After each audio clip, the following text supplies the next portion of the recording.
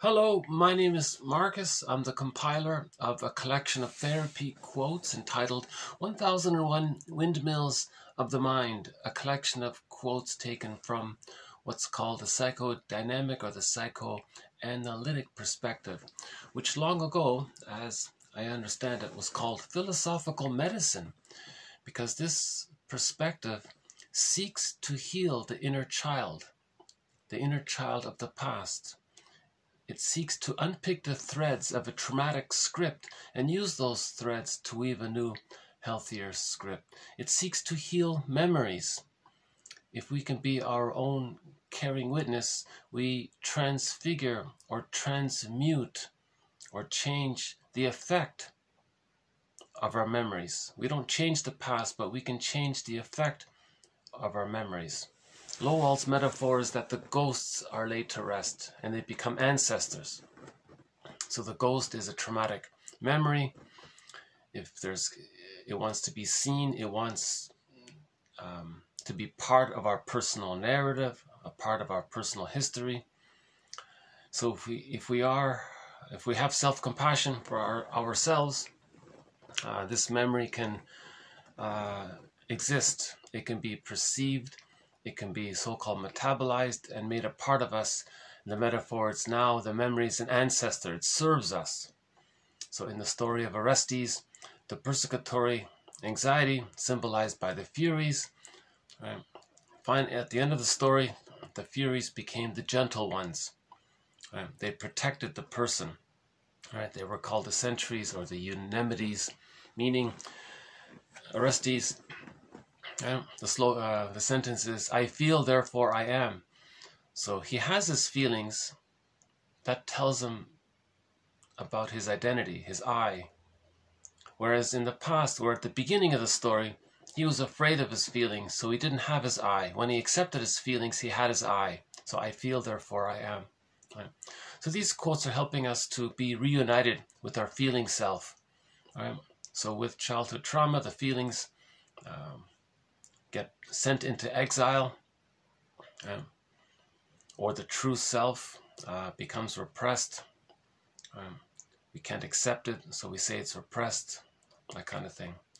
So we're trying to bring back into ourselves what we lost in childhood. So Robert Bly's metaphor is that so much of who we really are, our true self, our feeling self, the real self part of the self, the capacities of the real self, the gifts and the talents that we may have, the sense of the I, our sense of self. In natural, normal, healthy development, there's I'm okay, you're okay, mutuality. So much of who you really are gets lost in childhood, and it gets put into this bag that we drag behind us. And we spend the rest of our lives trying to get it back in. So and this bag is a symbol for the unconscious. Now this bag is sometimes called the second self, the unconscious self, the shadow soul, the stranger within.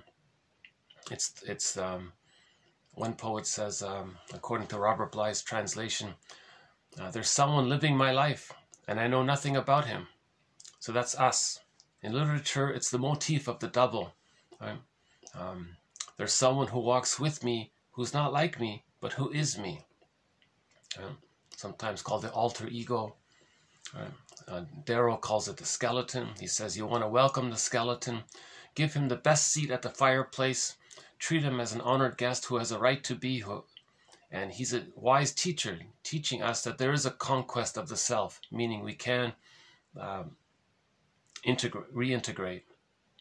So we want to make the unconscious conscious. Right? So one metaphor of the unconscious in mythology is the ocean. So this bag, it can also be an ocean. And if we bring up a fish from the ocean, it's like bringing up some material, some psychic, unconscious, repressed material into consciousness. So the metaphors, this perspective helps us to be our own metaphorical fisher person. Right? To make the unconscious conscious, something that's unconscious, that's like a fish in the ocean, or something in the bag. Right? Another analogy is that we have to search for buried treasure. So in that bag, it's a lot of buried treasure. Yeah. So we have to be our own explorer. Chinnan calls it the second journey of life. Campbell calls it the hero's journey, or the second journey, where we look into this bag. What's in this bag? So much of who we really are. Our feelings are in the bag. If we don't know our feelings, geez, we're just going through the motions. We're missing out on the pleasure, right? The pleasure comes from our feelings.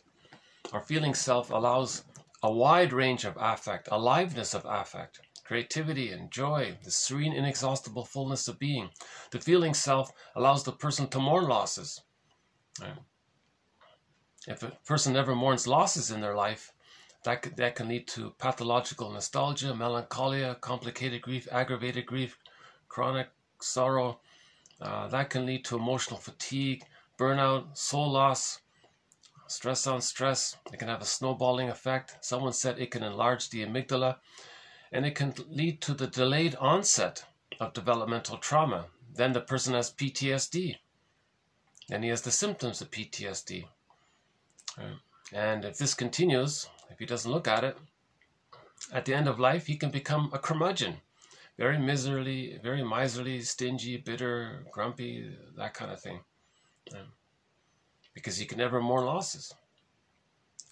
The psychic, we need the capacity to mourn losses comes from the feeling self. The feeling self is in the egg. So one poet says, psychoanalysis, always looking for the egg in a basket, but the basket is missing. So first we have to find the basket, but there is no basket. We have to weave this basket. So the psychoanalytic perspective is about weaving the basket. So that's a symbol for building consciousness. So we consider these theories, these quotes, these approximations, they are in this area. They are all attempts to make us aware of ourselves. As we do so, more and more of the egg can appear in the basket. But first we build a basket, then the egg appears. We don't directly look for the egg. That story I just heard about this Prometheus one. There are different interpretations about Prometheus. One of them is,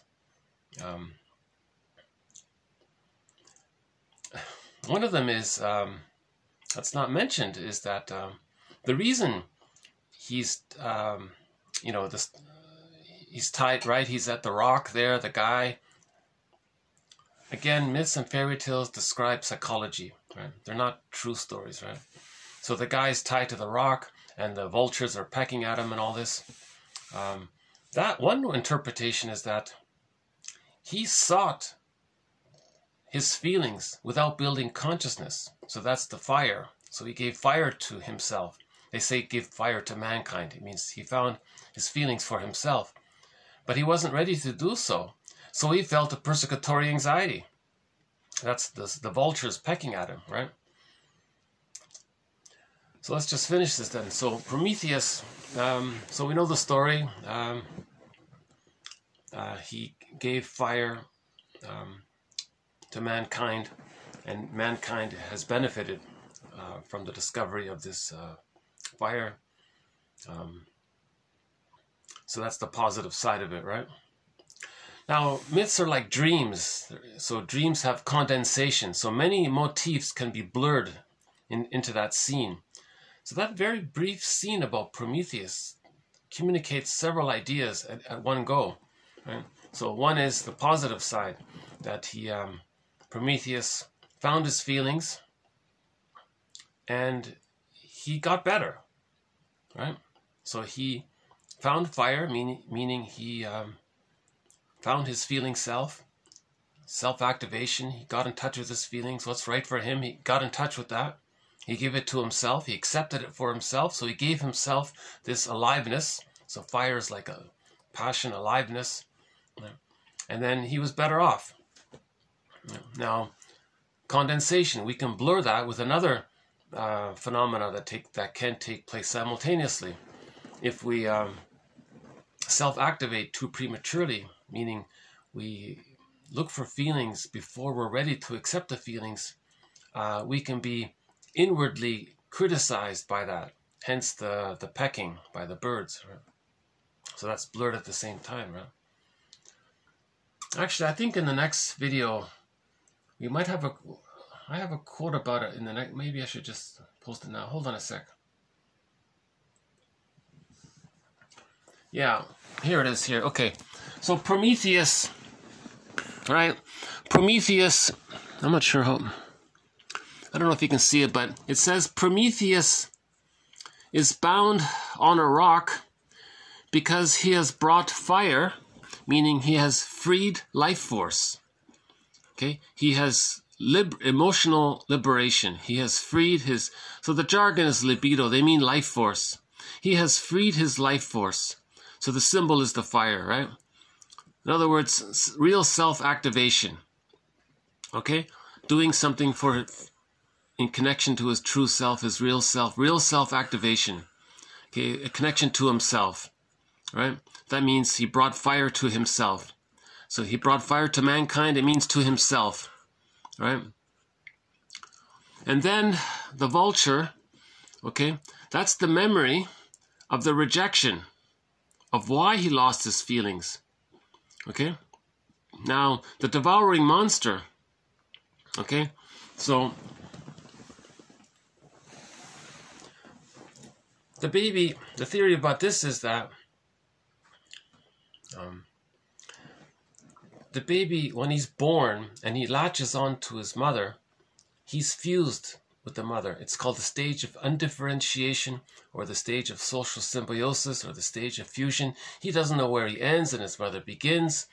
He thinks everything around him is just there to serve him, like it was in the physical womb, in the uterus. Everything around him was there to serve him. In the extended womb, so the first 5 months is like an extended womb, same idea, everything around him is there to serve him.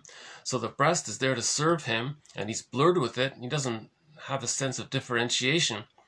So he thinks the breast is basically an extension of him, or it's there to serve him. It's a part of, he has no concept of the I and the not I, right? That takes place beginning at 5 months, they say, psychologically meaning. So if the baby's angry, he may think that the breast is angry because of the fusion. In the last video, we talked about this, how we can forgive the baby for this misunderstanding, right? So if the baby's angry, he may think, the theory is he may think that the mother is angry. He's angry, but he has no differentiation between himself and his mother. He has no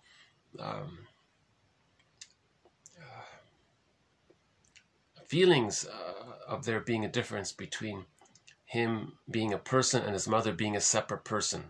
That's why it's called a stage of undifferentiation, right? The baby in the womb doesn't know that he's himself inside his mother's belly. He doesn't have these ideas yet. It's still developing, right? So it's the same thing in the extended womb. So if he's angry, we assume, we deduce, we think maybe the hypothesis is he may think that what's around him is angry at him, because what's around him is there to serve him, but it is him. So he's serving himself in a sense. So he's angry. The thing that's serving him is angry because he's angry and they're one, they're blurred there. So the child, another way to say it is the child projects or interprets, believes that his anger, that if he's angry at the mother's misattunement, she's not breastfeeding properly, she's unavailable, those kinds of things, the timing's wrong, she's not available, so he's angry. He thinks the mother's angry. If he's angry, the mother's angry, he thinks. Yeah. Now the baby wants to take in the milk, the mother's soothing vibes, the soothing connection. The baby wants to absorb this in. Incorporation, introjection, wants to take it in. Take in the milk as well. Consume, take in the milk. Likewise, he'll think that the mother wants to take him in, consume him. That's called the devouring. Now the reason they say monster is because the baby's small size, the mother's this giantess in the nursery. So if this giant wants to take him in, that's like a devouring monster. The child can't see the mother as a person. It's called primary process thinking. It's just this blur there, All he sees is his own anger. So the image is, it's like this frightening entity. So they say devouring monster for that reason, right? So that's the idea about that. Okay, another way of saying it with the vulture is that if the mother's misattuned and he's stuck there, the life force is chained by fixation. Okay, now he always needs the love, but he's stuck at the rejection. So mother's rejecting him all the time. Again, the baby's, it's in a timeless world, right? So Prometheus at the rock, it's timeless, you see? Unless you can free him, right? That's what they mean by life force chained by fixation. He's stuck there at the rejection level. He's fixated at the rejection level of not getting mother's love. Instead, he's feeling the pain, the persecutory anxiety of being rejected. That feels like the vulture's pecking at him. Okay? Or we can say the terrible mother, in quotes, right? Symbolized by his fantasy image is called of the devouring monster. Right?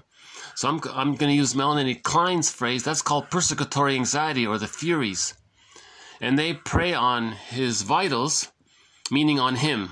Just keeping it simple there. On him. Right? So in the story, the vultures pecked at his liver, and every day the liver grew back, and they pecked again. It's like a cycle there, right?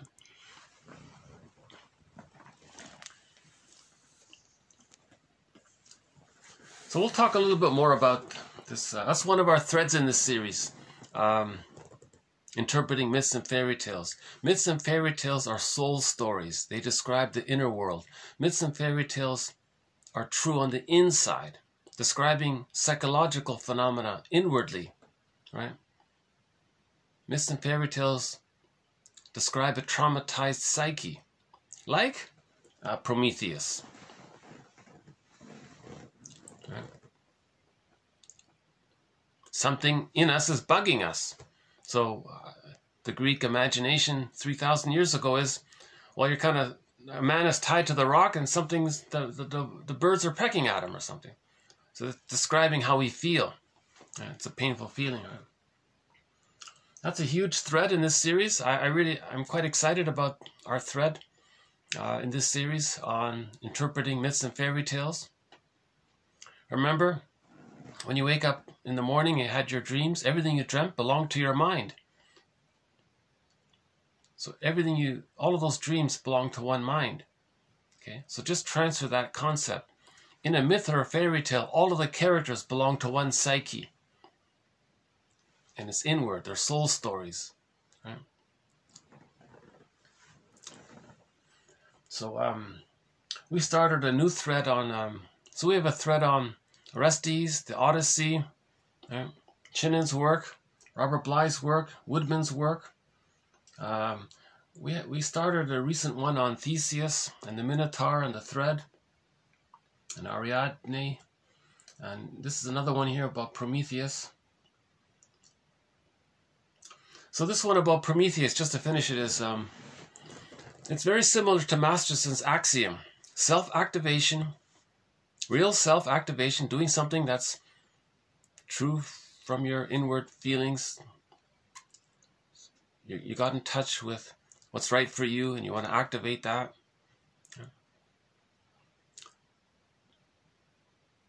You want to meet a need that you have, or accept a feeling that you have, or speak up for yourself, or do something that's right for you. Real self-activation. That's going to trigger the original memory of when the baby was real and it got rejected. The baby felt massive anxiety. Masterson's jargon is abandonment depression or persecutory anxiety.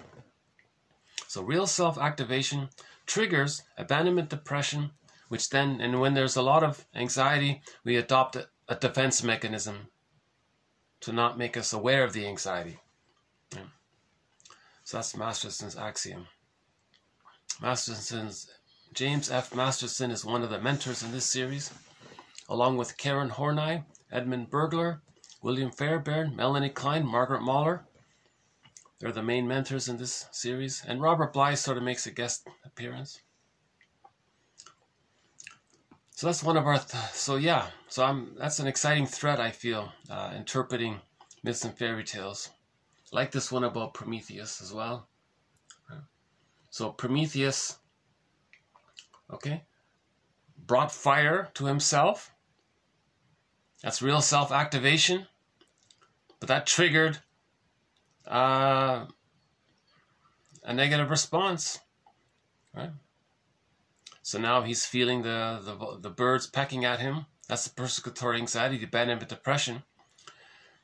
And then how does Prometheus, theoretically, how would he deal with that pain? Well, maybe he numbs out or disassociates or denies it or goes into fantasy world or something. I don't think it says it in the story, but same idea, right? Okay, we'll come back to that. So we have a, so back to that bag there, the unconscious. So this bag is a symbol for the unconscious. Another symbol for the unconscious is the ocean. We want to bring up a fish. Now all that's going on in the bag, all that activity in the bag, we can call it the endopsychic structure. Now, the endopsychic structure, long ago, now we have this jargon, the endopsychic structure, or the architecture of the unconscious, or this internal theater. But before the jargon, we described our inner life, our intrapsychic world, our inner world, through myths and fairy tales. Yeah. Now, myths and fairy tales depict that there's a problem inside, that there's inner conflict, right? The main psychological motif in myths and fairy tales is splitting. Splitting is meant to be existential hearsay by the age of 3.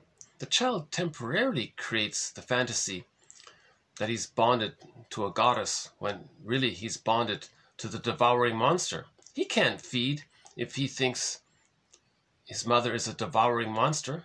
In Hansel and Gretel, the witch wants to eat the children. There's one book called So the Witch Won't Eat Me. How does he feed if he's so terrified? He hallucinates that he's really relating to a goddess, a fantasy bond to a goddess. He's a genius that way. Then he can feed with that delusion that he's relating to a goddess, when in reality he's bonded to the frightening mother, rejecting mother, but he can't accept it. That's called splitting. But by the age of 3, this all gets sorted out. And the child gets it. Oh, mother's a person, not a goddess or a demon. She's just a person, one person. Oh, wow, I get it now. She's partly loving and partly frustrating. And he can handle that. He gets it. Okay, I get it now. Humans are like that. We're partly loving, partly frustrating. He sort of gets that idea. So he can accept the two sides. Only if the love with the mother outweighs the frustration with the mother. Then he can hold the two sides. That's called whole object relations. But here's the trauma. If the frustration with the mother is chronic and it outweighs the goodness of the mother, the child can't hold the two sides. If he can't hold the two sides, he uses splitting. That's the main psychological motif described in myths and fairy tales. Goddesses and demons, right? So you got the helpful characters, and then you got the frightening ones, and there's this inner conflict. That describes the traumatized psyche. The healing would be to heal the splits. So in practical terms, we think about the mother and look at how she was betrayed, and then how she was stuck, caught, trapped in her existential net, her existential dilemma. She has a traumatic script. Now, when someone has a traumatic script, they're going to spend their lives trying to heal it. Now, so what they do is recreate, reenact, repeat the scene that caused the traumatic script to see if they can change it. It can't be done. It's a secondary delusion. But their attempt is a mirror for them to see the traumatic script. So we have a quote saying, repetition compulsion is the means of bringing the traumatic script to consciousness. So the mother was trying to see her traumatic script, But she never succeeded, so to speak. So she didn't get to that place where she could recognize it. She was just blindly repeating, replaying like a broken record, like Sisyphus. That's why we have the story of Sisyphus. Sisyphus describes the repetition compulsion of repeating the traumatic script over and over again. So we recognize that the mother was caught in her existential net. The mother may have had prenatal distress syndrome, birth trauma, medical procedures. Maybe at the dentist's office, she was shocked, trauma, the tonsils coming out, too much amnesia, shock. And she didn't get a secure attachment style with her mother because her mother herself was caught in her dilemma. It's called intergenerational trauma. The mother didn't get a secure attachment style. She felt more rejected than loved herself. Yeah, and the mother may have had, forced relocation in the environment, right? There could have been shock traumas in the environment with the neighbors or with the environment or with the siblings or with family members or others. Maybe it's a difficult environment. So there's a lot of trauma going on. So the mother may be traumatized and shocked, and she's stuck trying to heal it. Right? So her main emotion is anger around that. So when she has a baby, what she might do is she might say to her mother in the mind, "Watch this, mother in the mind. You see this little baby here that I have, your grandchild? I'm going to show you what you did to me. I'm going to show you up. I want to communicate to you. I want to show you my anger at what you did to me. So I'm going to do to this baby what you did to me because I'm showing you. I want you to feel guilty and change your ways." So the mother might be refusing or difficult towards her own child, right, to communicate how when she was a child, her mother did those things to her. So one author says they're talking to the mother in the mind. She says, "You see, mother in the mind, see this innocent child here and how I'm not meeting their needs? Well, I'm showing you how you did meet my needs. I'm showing you through my behavior what you did to me. I'm demonstrating it to you." So that's meaning she's so angry at her mother. That's her primary focus, is to express her anger at the mother. She doesn't have the love to give to the child because love hasn't entered the psychological picture really for her. If she's so angry, she doesn't have, the love's not available. Remember, anger is the response to not getting your love needs met. So the mother didn't get her love needs met. So it's called intergenerational trauma. She's going to do to her child to communicate what happened to her. Now sometimes the mother has a child and says, "At last, someone's going to meet my needs and be a symbiotic object to me and see me and give me consideration and respect me and be there for me and be available for me and comfort me and soothe me." And the mother's going to coerce the child to be responsive to her. So the mother is going to use the child to meet her needs. That's called childhood parentification. Now the baby will try. They'll try their best. Yeah. It's called failed empathy. No baby can be the mother and heal the mother. But he'll try. It's called failed empathy. Now that baby trying to please their mother so much and be a perfect mother for them, so that's where perfectionism and goodism comes from in an exaggerated way. The child loses their true self. So the mother caught in her existential net might be using what's called the Jocasta style of mothering. So the self-help slogan is, mothers are there to meet the needs of the baby, not the other way around. If it is the other way around, that's called the Jocasta style of mothering. Now this is a major thread in our series, the Jocasta style of mothering. So that's the second thread. Now believe it or not, we have over 30 threads, powerful threads like those two. Equally in-depth and powerful. This is an excellent in-depth look at the psychoanalytic perspective. To the best of my knowledge, this is still only the second collection of this perspective ever compiled. The first was done by Gregory Bauer over 3 decades ago in his book called Wit and Wisdom in Psychodynamic Psychotherapy. So this is sort of an extension, an elaboration or an update of it. but this is in effect, there are 30 e-booklets in this collection. We now have over 1,900 quotes comprising 30 topics or threads. Yeah. We have a thread on the psychodynamics of prejudice, another major in-depth thread.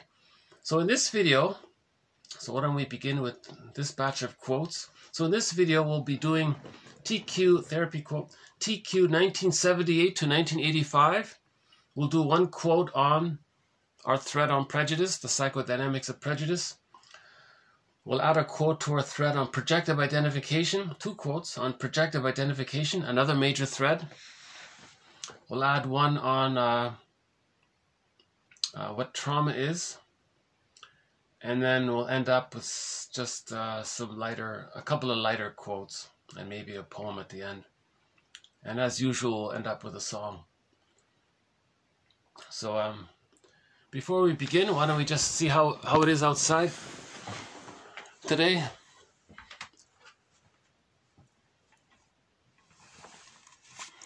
So we got some fresh snow. It's about minus 15 out there, believe it or not. With the wind chill factor, they say it's around minus 20, I think.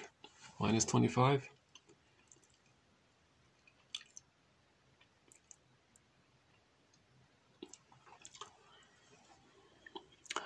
I don't know if you can see it, but there's some little tracks there. So I think that's the fox just in front of the garage door. So that's the first glimpse this winter I've had of the fox. I'm pretty sure that's the fox prints there. Last year we saw the fox trotting along, but now they seem to only come out at night. So I haven't seen the fox yet. And no sign of the Stellar's eagle. And mainly just crows and seagulls. And once in a while, a baby crow will fly down the flume and get stuck in the basement.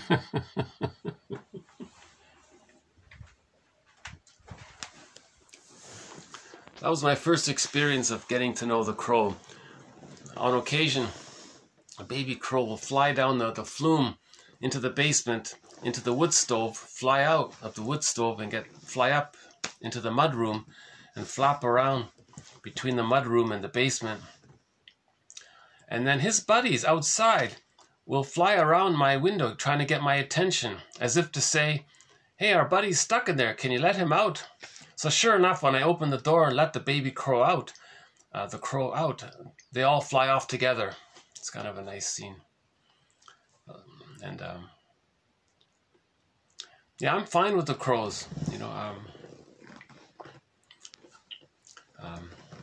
they're an intelligent bird for sure. Yeah, and in one indigenous culture, the crow they project the idea of how we store knowledge of psychological or spiritual ideas. They say, you know, let's attribute that to the crow because they're so conscious. So they say that the crow is the guardian or the keeper of spiritual or psychological knowledge. So the crow is an important bird in some cultures, right? Yeah, I've had no problems with the crows. They've been very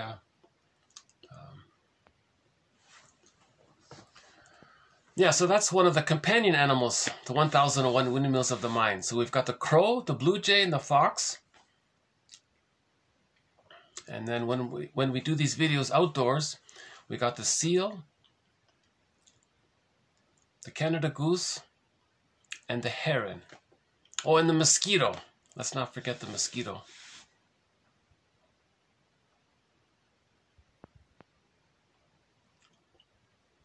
We had one glimpse of a seal, just one brief glimpse.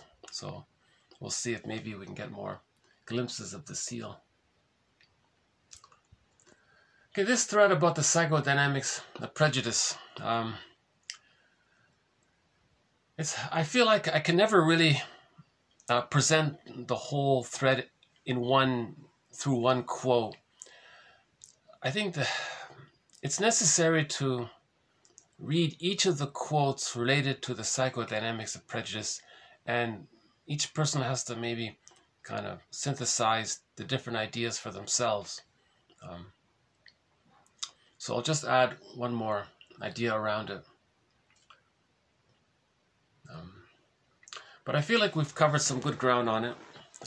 One of the key ideas is that if the child has a mother who adopts the Jocasta style of mothering, his true self gets squelched, repressed. Now, when something's repressed, it's because he can't feel it. Remember, repression is a defense mechanism to not deal with pain, psychic pain, emotional pain, anxiety, massive anxiety, persecutory anxiety, abandonment, depression. A person can't feel that. Think of the painting in the Edward Munch, the Scream painting. No, how do you feel that? It's too much. So it's repressed. So the wish for love and what happened and the rejection, it gets repressed. We can't feel it. So the child's true self is repressed. Okay? Repression is a way to deal with that anxiety. All defense mechanisms or maneuvers of the mind or mental mechanisms deal with anxiety. So that's one thread, right? We have a thread on repression. So when something's repressed, it works, the person's not aware of it. It's repressed. It doesn't disappear though. He's just not aware of it. It's in the brain somewhere. Now, in the mythology, there's always a god that's trying to help the person to heal. Okay, that's a symbol for the psyche's innate drive for healing. There's this push for healing. Now, how does the psyche help the person to heal from the loss of the true self? Enter projection. The psyche is going to get the person to see his unloved, shamed self by getting the person to think that someone else is no good. That's called projection. Okay. So again, back up for a sec. When the mother is unavailable, she's on the phone too long. The child doesn't understand that maybe in 5 minutes she'll get off the phone and feed him. The baby is in a state of timelessness. He has no concept of time. He needs it now, immediate, right? He had in the womb, his needs got met in an automatic flow. That automatic flow, okay, during the first 5 months is meant to continue. It's called the stage of social symbiosis. Okay. So if the mother's on the phone and he's hungry, he's terrified. He then makes an existential conclusion or a false belief that maybe there's something wrong with him. The mother rejects him, that he's no good. So he makes this thought that maybe he's no good. But that's repressed. He can't admit that. He has to think, okay, let's just keep it there. So he thinks that's called, Karen Horney calls it the despised self. Kernberg calls it the hungry, enraged, empty part self. There are a variety of terms for this shamed self, right? So he thinks he's no good, right? So his true self is very damaged. Now, when something's repressed, it's projected. He's going to say others are no good. Now, when he says others are no good, that's like creating a mirror for him to see that he unconsciously feels that he's no good, or that he unconsciously made, as a baby, the existential conclusion that he's no good. So when he says others are no good, that's like creating a mirror for him to realize that he unconsciously believes that he's no good. Okay? So when he says others are no good, he wants to see that others are no good. So he'll say shaming things, devaluing things about them. Now, projection is the means of bringing repressed material to consciousness. So when he's projecting, that's the way the psyche is trying to help the person to heal, for him to see his attitude as a mirror for what's within. Projection is the means of bringing repressed material, unconscious material, the squelched true self, the false beliefs that he doesn't know that he has, to consciousness. Okay, so projection is the means of bringing the false beliefs that he made, that he doesn't know that he made, to consciousness through his attitude towards others. So he'll find a non-threatening, safe substitute other, say how bad they are. Okay. Now again, another thing that's happening simultaneously is that when the child loses his true self, another defense mechanism he adopts, if he has no true self, he's got to have some kind of self. He adopts the false self. Now, what is the false self? Okay, the false self has two parts. The false self is, one part is he takes refuge in the biologically determined part of him called the grandiose part self, or the child magician within, or the infantile megalomania, or the primary narcissism. Meaning this is a part of the brain where the child thinks everything is there to serve him, everything is about him, everything around him is to serve him, and it's all about him. He's a little god. Okay? So in the baby, he's a little god. Everything is serving him. In the extended womb, again, this attitude is still there. Actually, it's there up until the age of 18 months. If his true self is gone, all he has left is that grandiose part self. And then he takes refuge in it. Okay? Now, at the same time, remember the fusion? The blurring there between him and his mother? Now, the mother is this omnipotent, powerful, grand, important being. And he's fused there. So he thinks he's this omnipotent, grand, powerful, important being. Okay? So that's called identification with the aggressor. Okay? Now, this false self is sometimes called the narcissistic pattern, where people think they're so important and everything is about them. Right? So that's also called the false self. And the one version that the false self can take, right, is the narcissistic pattern. So, now since he identified with the aggressor, okay, he's the aggressor and he's the victim, but he can't admit it. He sees his victim self onto others and then does to others to communicate what his mother did to him. Because who is he? He's the mother now. The mother rejected him. He becomes her. So he's just a rejecting person. So he sees others to reject, looks for others to reject and say bad things about others. Because he wants to say that when he was a baby, his mother said bad things about him from his perspective. The mother was just confused. She was on the phone. She didn't know. She was young, misled, misguided. And so we have to forgive the mother, ultimately, by recognizing that she was trapped in her existential dilemma. But in the meantime,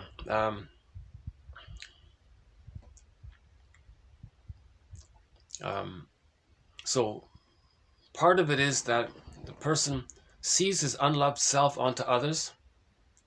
Okay, that's projection. Another part of it, he's going to treat the outside other in a negative way to communicate that his mother was negative towards him. Yeah.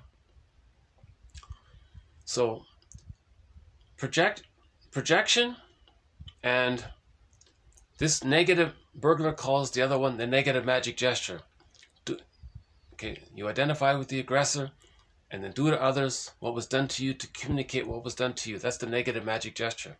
So projection and negative magic gesture, they are the means of bringing repressed material to consciousness. Now, the repressed material can be those false beliefs, those existential conclusions. The repressed material is the traumatic script, right? The repressed material is how the person identified with the aggressor and can't feel the loss of his true self. And he's stuck there. It's fixation. Yeah. So he feels that the vulture is pecking, Prometheus, he feels that the vulture is pecking at him, but that's too painful. So he pecks at others. That's called a stinger. Okay. So the narcissistic pattern, one self-help author calls them the stingers, meaning their behavior is very negative. Their humor is negative humor, put-down humor, shaming humor, spiteful, vindictive. They're pessimistic, sardonic humor, always wanting to put others down. Now the biochemistry is that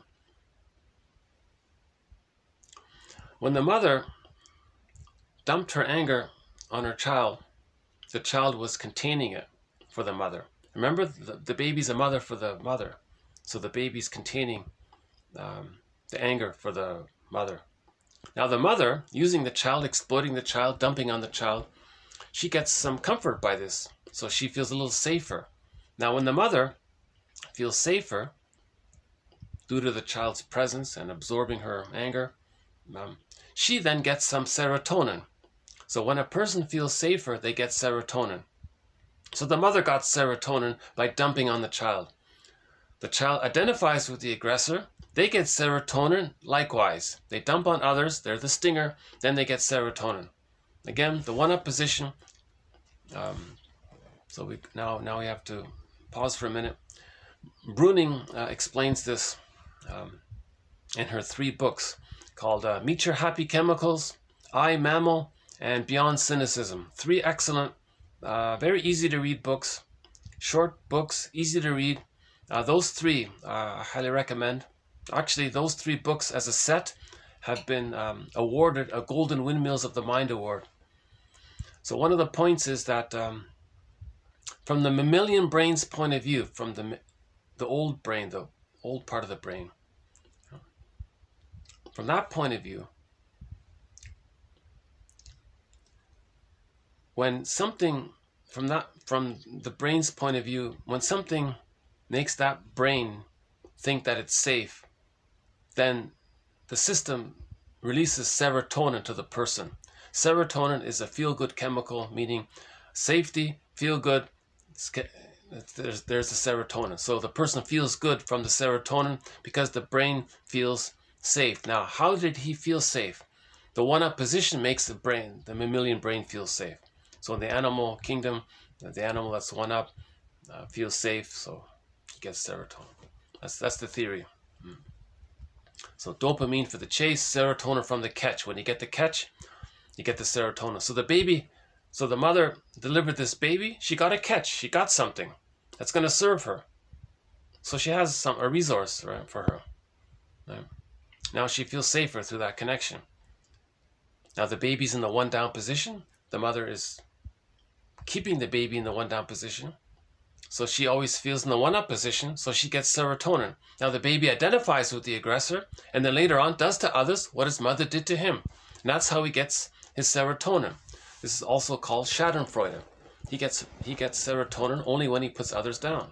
He doesn't have the true self. He can't get pleasure from his true self. The true self is squelched, right? So for the time being, that's not available.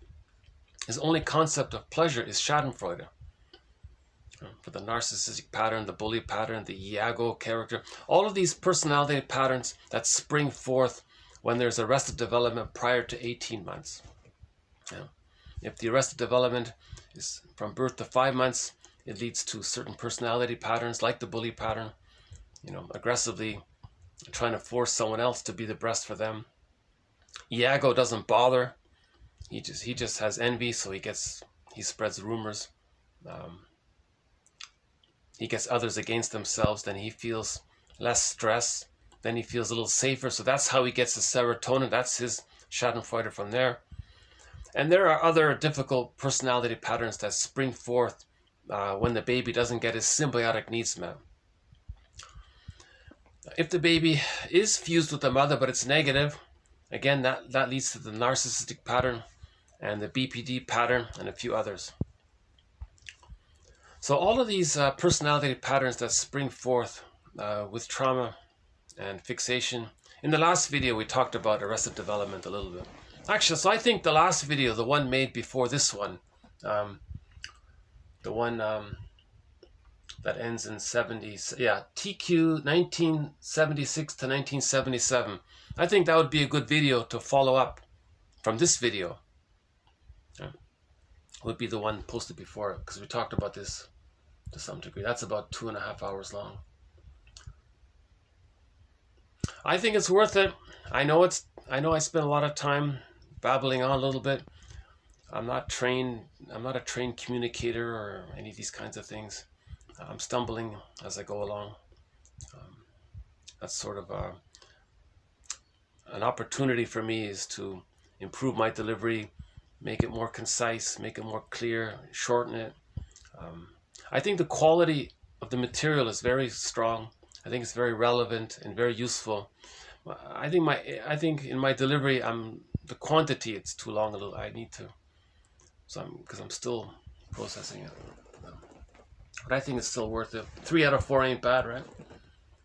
Grice's maxims: quality, quantity, matter, and relevance. I feel like 3 out of 4 are there. I think the quantity part maybe is not quite there. So 3 out of 4 ain't bad, or something like that. But if my delivery is too long, all of the quotes are posted below, so a person can just read them. And this sort of fits in with Robert Bly's advice. He says, read psychology every day for 10 minutes. So each video offers 10 minutes of reading. Yeah, so a person... Okay, anyways, so let's go back.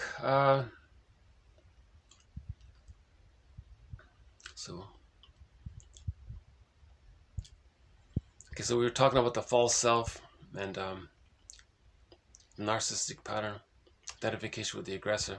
Oh yeah, so we're gonna. I'm just setting this up for our thread on prejudice. Okay, so prejudice can come from some of these psychodynamics. Okay, so when the true self is repressed, okay, the unloved self, the hated self is repressed. When something's repressed, it's projected, meaning the person attributes how he feels no good and says others are no good, and thinks they feel that they're no good and they're shamed and etc. and so on, right? That's projection. Okay. Now, the projector identifies with the aggressor, is negative towards others to communicate to their mother in the mind that when they were a baby, the mother was negative towards them. Now, the recipient, okay, they don't know what's going on, so the prejudice obviously can come from that. Now, at the same time, the projector is saying negative things towards the other person. They feel like, simultaneously, that they projected the refusing mother onto them. So they're the vulture to themselves. While they're being the vulture, they're pecking at the other. They feel that they're being pecked at by the rejecting mother. See, so because of the fusion, the unloved self and the rejecting mother are one there. So he's the rejecting mother, devaluing, rejecting the other person, prejudice. At the same time, he thinks that the victim is rejecting him, and he feels rejected. While he's rejecting the other, he feels rejected because of the fusion. So there's a key idea about theory about prejudice. Right? So he feels like the victim. While he's victimizing the other, he feels like the victim. And then he feels justified that the other person is no good because they're hurting him. The recipient hasn't a clue what you're talking about. The Beotalk people had no idea. They were very peaceful. A couple of videos. So the reference to that is from a couple of videos ago. That's a tough one about the Beotalk people. They were very peaceful, apparently. They wanted no part of the aggressive side of things, you know. So prejudice comes from... The root of prejudice is the person is trying to communicate to the mother in the mind through their behavior how their mother treated them, and the poor victim is so the prejudice comes from that the projector's true motive is that he's in battle with his mother in the mind. Look, mother in the mind, Look what you did to me. See these negative things I'm doing to this safe person? Well, when I was a baby, I was safe, and you did negative things towards me. Okay. So that's the underlying motive, psychodynamics of prejudice. Now, this is all cloaked over with what's called rationalization. This is all hidden. The person doesn't want to admit this, because if he sees this, if he looks in the mirror and sees this, he's going to go, oh, whoa. Now he's got to go on the second journey.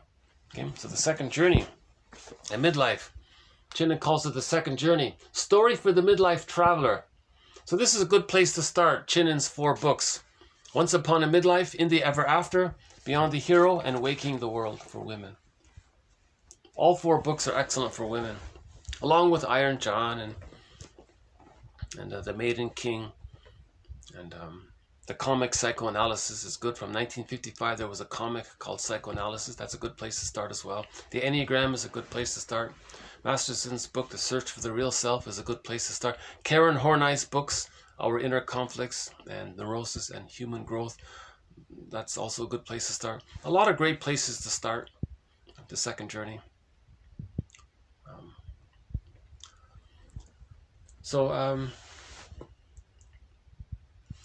Okay, so the person wants to cloak as a defense against going on the second journey. That's a lot of work. It's called the hero's journey. He doesn't want to be a hero. He's too angry. He's too wounded. He's too angry. He doesn't feel safe enough to go on the hero's journey. He's still in battle with the mother and the mind. Okay. Now, how does he maintain his battle with the mother and the mind and not be aware of it? To not be aware that he's in battle with the mother and the mind and trying to show her up, it's a futile effort, but that's all he's got. He's stuck. It's fixation, right? Again, the vulture's pecking at Prometheus on the rock. He's stuck there. Like it's a fixation, a broken record. How does he hide it? Because he doesn't want to face it, right? Rationalization. He invents some fake logic, pseudo-logic. He creates some convoluted argument that sounds a little convincing. Okay. Remember, the best way to tell a lie is to include a few crumbs of truth in it. So it's very confusing, but it sounds a little convincing. So he'll just fabricate anything. He'll just fabricate any excuse and says, aha, that's why. That's the reason. So he believes his own lie. It's called self-deception. But he clings to that rationalization. He has to cling to it. It's a part of his functionality. He functions needing it. It's like a stool for him, a leg of a stool. He needs that because he can't look in the mirror. He can't face the script that he's in the battle with the mother and the mind. Right? Because once you face that script, then you got to admit the reality that the mother was rejecting and unavailable. That's going to bring up the Furies. And that's why we have the story of Orestes. He did it. He faced the Furies. And the Furies became the gentle ones. He succeeded. In the Odyssey, right? Odysseus tied himself to the mast. He resisted the temptation to just live with the rationalization. The sirens were saying, oh, Odysseus, just keep on lying to yourself. Use rationalization. Just lie to yourself, deceive yourself. He said, no, I want to face the truth. I want to find my I. I want to be connected to myself. Yeah, so Penelope is a symbol for his feeling self. He wants to be reunited with the self, with himself. Again, the whole Odyssey is a description of one person's inner journey to be reunited with his feelings, with his feeling self. Right? The Penelope, the weaving, that's the continuity, that's the psyche's process. Right?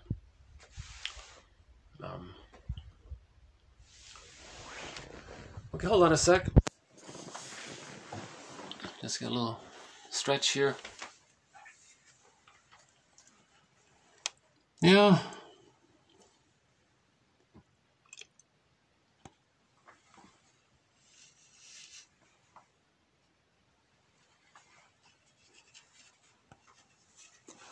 Yeah, it's kind of quiet today here. Yeah. That's fine. Okay.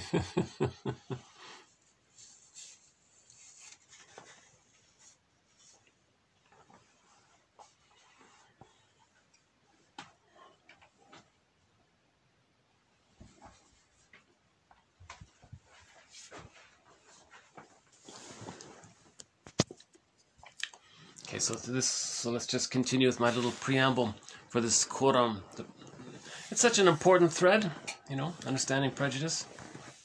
Not many people are presenting the psychodynamic perspective or the psychoanalytic perspective on prejudice. You know, about the serotonin and the negative magic gesture and taking refuge in the grandiose part self and so on, and how projection is a mirror for the repression, and the idea of the fusion. If the person is negative towards others, he simultaneously feels inwardly that the other is being negative towards him while he's being negative towards the other, because the self and the other are fused. Right? So when he's the other, he's the self. He can't tell the difference. Remember, the baby can't tell the difference between the mother and himself. So if he's negative towards the mother, he thinks the mother was negative towards him at the same time. Yeah. So prejudice is stuck like that. And there are a few other aspects about the psychodynamics of prejudice. So I'll just pause it at this point so that we can add Brody's quote here. He's got a very good quote from an article called Psychoanalysis and Prejudice, I think it was. So it's in a few parts here. So let's begin here then with this quote here, 1978. Yeah, okay. He makes a couple of worthwhile points here.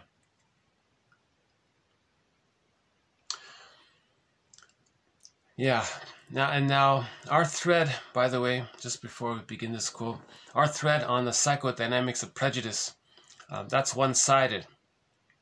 We have a sub-thread in this collection, 1001 Windmills of the Mind, called the sociological side that contributes to the prejudiced personality. Yeah. So I'm not going to go into that right now, but it is there.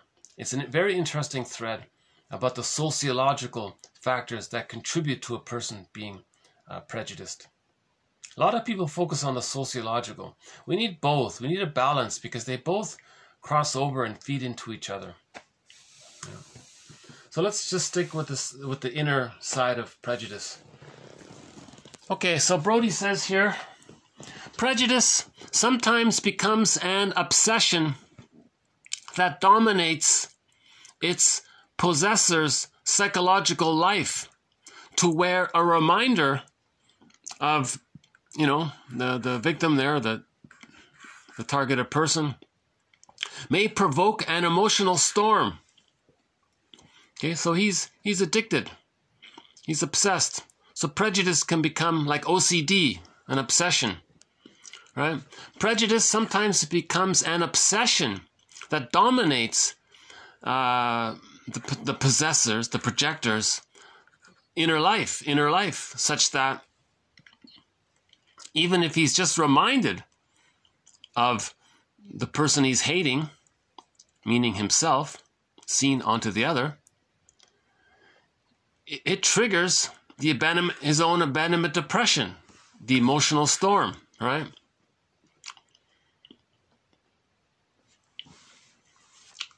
Okay, so there's the obsession side of it. Okay, so this obsession or addiction to prejudice, along with problems with reality testing. Okay, now remember, when the baby's traumatized, the baby has what's called primary thinking, primary process thinking. It's Alice in Wonderland in there. It's not reality testing. It's not reality, right? The mother isn't a goddess or a demon, but he thinks from the emotional reference point that others are goddesses and demons. It's kind of like that, right? So he's lost touch with objective reality.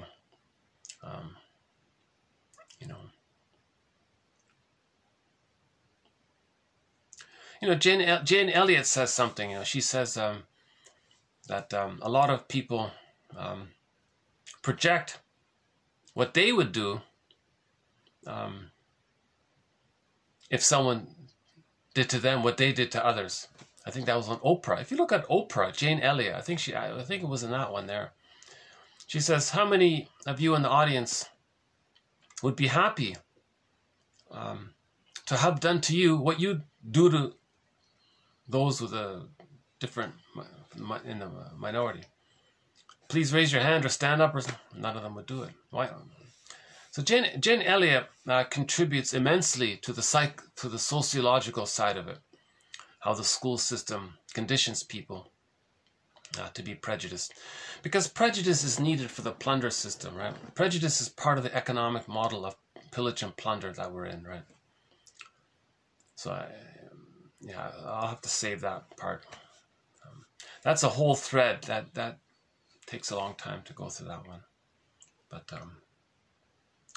so, okay, in other words, reality testing is that the person is way too emotional. You can't reason with them. They're in this fairy tale world, like emotionally, and they're stubborn, and everything's like they're operating from the babyhood feeling of life and death, right? Because if the mother's on the phone too long, the baby might think they're going to die. So that's why they're so stubborn. They're operating from that kind of psychic memory. Remember, the internal world influences how we see the present world. If the internal world is too traumatic, if the baby was so unloved, there's so much going on there, they're going to project so much of the inner world onto the present and distort the present. It's called parataxic distortion, or transference, or projection. You're projecting, you're seeing, you're distorting your perception of the present to fit this traumatic script. Now, the positive intention is to try to rework the childhood trauma to see if you can get a better outcome, but it can't be done. It's a secondary delusion. Nobody in the external present can be the breast mother and breastfeed properly for the person. It's past. Beyond the age of 3, that's a one-time deal. Just like the birth was a one-time deal. You can't go back in the womb and redo it and get a better outcome. You can't travel back in a time machine and redo it and get a better outcome. Likewise, from birth to the age of 5, it's the same thing. That's a one-time deal. We can't still try to get those needs that we didn't get. All right? But that's where the primary process thinking is. They still are in that world where they're still trying to get things right in that world. It can't be done. The psychoanalytic perspective says, let's look at this, face the truth about it, and mourn the loss. Mourn the loss. You got to mourn the loss. So you got to have knowledge. You have to build a basket. Then the egg comes. So that's what we're doing. We're building the knowledge so that we can... The egg is the morning. The firebird means the morning. So getting into ourselves, the rebirth, the morning. So... So the reality testing is damaged because of the trauma. So if you he says here, if you mix together the fact that trauma disturbs reality testing, means he's projecting too much, he's using splitting too much, he's either or, all this these kind of boxes, and he denies one and can't see himself and his own projection. If he coaxes others to play the role of the refusing mother while he feels the victim at the same time. If he can't see these kinds of things that he's doing, if he doesn't recognize reaction formation, projection, projective identification, identification with the aggressor, and a few other infantile emergency maneuvers of the mind that the baby adopts to survive the abusive mother, if he can't see that means he can't see reality clearly. He's too... There's too much of an emotional storm there. The amygdala is too activated and too stimulated. The hippocampus is down, offline, they say. And he's just dealing in this fairy tale kind of emotionality, right? So that's what he means by problems in reality testing. Okay, again, so this OCD, this addiction to prejudice, this obsession with prejudice, and damages and in perception, parataxic distortion due to the trauma, suggest that tenaciously held and carefully protected prejudice is closely connected with our unconscious unmet needs. You see? So there's a link between prejudice and our unconscious needs that were not met. And then because of trauma, he says they're irrational. Okay? It's irrational. It's irrational because if the person is the stinger, if the person has the bully pattern, no person in the present can be the breast mother. It's irrational. No lackey can breastfeed the bully and make him feel happy, make him be a happy baby, and then he changes and he's a happy person. That's what he means. Why it's irrational. Okay. Now all of this is dominated by primary process thinking. Okay? Primary process thinking. The way the baby thinks. The unconscious. So in that bag we drag behind us, that's all primary process thinking. There's condensation, there's projection, there's displacement, things flip around, double think, you know. Double binds are there, catch-22s are in there. It's Alice in Wonderland, like a myth and a fairy tale. Things can morph, things can change, and shapeshift. You know, you hear this thing about shapeshift. The characters can morph and change. If the baby's angry, he thinks the mother's angry. No, he's angry. The mother's just on the phone. She's confused. She's not angry. She's just misguided. The mother doesn't want to devour the baby. The baby thinks the mother wants to devour him. So that's primary. It's this really fantastical, unreal world. That's the theory. The baby has primary process thinking. He doesn't have fully developed secondary process thinking of the adult mind, right? That's what trauma does. Situational trauma, prenatal trauma, perinatal trauma, birth trauma. That's what it does. It keeps the person invested emotionally too much in this world of primary process thinking. You see?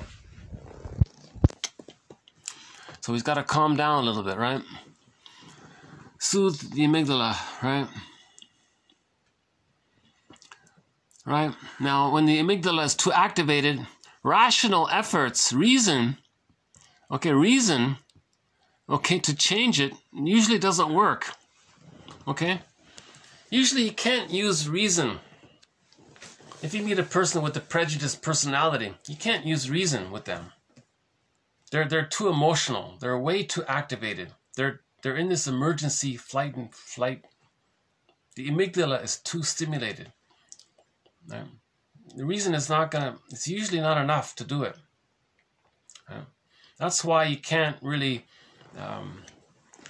if you meet one of these fanatics, religious fanatics, you can't really reason with them. They'll be very aggressive in return because their prejudice, their hate is like a stool for them, a leg of the stool.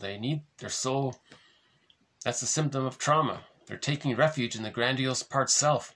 The main emotions of the narcissistic pattern, the prejudiced personality, is hate, greed, envy, grenvy, spite, vindictiveness, and schadenfreude. That's their identity, the false self. They're so detached from the true self. That's why in the Odyssey, it's a 20-year journey to reach Ithaca. That gap between the first part of the Odyssey and the ending of the Odyssey, that's a 20-year epic journey. That's a symbol for the gap between the false self and the true self. There's this huge distance the person has to take. So a person with a prejudiced personality is far removed from themselves. They're far removed from inner Ithaca. Right? Penelope is far away, and there are a lot of temptations and difficulties to get there. You see, that's called the second journey. So that's why, this thing about, in this point, Brody makes the reason is often unsuccessful. It kind of reminds me a lot of these protest songs. It sounds reasonable. The songs usually say, did you know if you keep plundering like this, the food will be damaged, it's going to hurt people, and then is it worth it? And then I remember in the Boston song, one of their songs, they say, and then we have to fly to outer space and live on, because we damaged the earth so much because of our greed and our, is it worth, like, reason doesn't work, you see. If you make reasonable arguments, is it reasonable to, you know, if you make a quick buck, but you destroy the soil, these kinds of things, and then future generations have to eat sludge, is it worth, is it, you see, because the baby needs now. Remember, the baby has no concept of time. They want what they want now. In greed, so the narcissistic pattern is greed, right? They want it now, right? So they'll plunder, damage the earth or whatever, seek short-term gain at the expense of everyone and for people in the future. They can't think like that, because they're the baby. Think about the baby. They want to be fed now. They're operating from that internal reference point. So the greed comes from that internal reference point of greed. Now remember our quote of, I don't know if you heard it, but we have a quote on the greed. The narcissistic pattern, their concept of what they need is an inexhaustible flow of goodness. So the breast is seen as an inexhaustible flow of goodness. They didn't get that, so they're searching for it. But it's past the age of 5, so nothing can fill them up, because they've passed that time where they can be filled up by it. So they're greedy, chasing something. They get something good, and it can't last. It can't stick, because it can't. You can't still try to get those babyhood needs met after the age of 5, but they're doing it. So greed is an attempt to still get it. So greed, they're still trying to get the mother's milk, right? So mother shares the same root word for matter, material, things, money, matter, material, mother. It's all linked there, right? So they're greedy for material, things, money, and they're gulping all the time, and they're never satisfied, right? So greed, so the plunder and the greed is like, so they want it now. You can't say reasonable. You know, did you know your grandchildren won't be able to eat delicious, fill in the blank, you know, peaches or something. Huh? They won't have delicious peaches. The peaches will be dry and starchy or something, and maybe they have to add sugar to it to make it digestible and make it taste. He can't reason like that. He can't have that care or concern, because love and gratitude and care and concern and tenderness and affection and generativity for others haven't entered the psychological picture in the narcissistic pattern. The narcissistic pattern is operating out of the greed, right, to get in, that he didn't get in. He's in this panic to gulp in mother's milk and mother's soothing. He didn't get it. So that's where greed comes from. Now, the envy is if something is symbolic of goodness, and then he can't get it, he'll hate it. Envy means hatred of the good. So one person calls it grenvy. And then if you question him about it, you're questioning his identity. Now, if a person feels that their identity is in question, that brings up the furies. As a defense against the furies, they can't face the anxiety. As a defense against it, they'll be vindictive. They'll be spiteful and vindictive towards the other. So they'll be aggressive and rude towards the other. Now, all of their energy is in this area. Love and gratitude haven't entered the psychological picture. So you can't use reason. Did you know that love is a reasonable thing? That cooperation and sharing is a reasonable. They can't think like that, because they're fixed. It's called a fixation. There's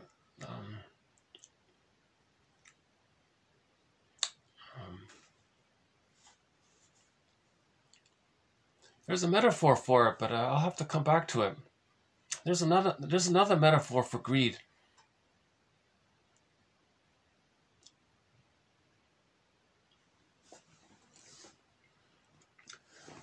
Yeah. So that's okay. Anyways, if you meet someone with a prejudiced personality or religious extremist, any kind of extremist type of person, extreme ideas, these kinds of all good, all bad, and separated.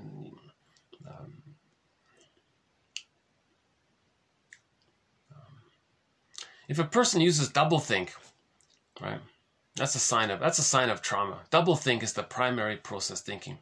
The doublethink is the bully, hurts the little innocent immigrant kid who doesn't speak English or something, and he's convinced that the kid bullied him, and he believes it himself. The doublethink. And now if you use reason, that kid, he'll just make up something. No, that kid, we don't know him. Yeah. Now remember, in Prejudice, a part of Prejudice is, I think it's coming up here in this quote, it's called the Rorschach test. Remember the Rorschach test? You look at a cloud. Yeah, let's do it here. So the Rorschach test is you look at a cloud, okay? You see those clouds there? I don't know if they're showing up or not. But take a look at some of these clouds here.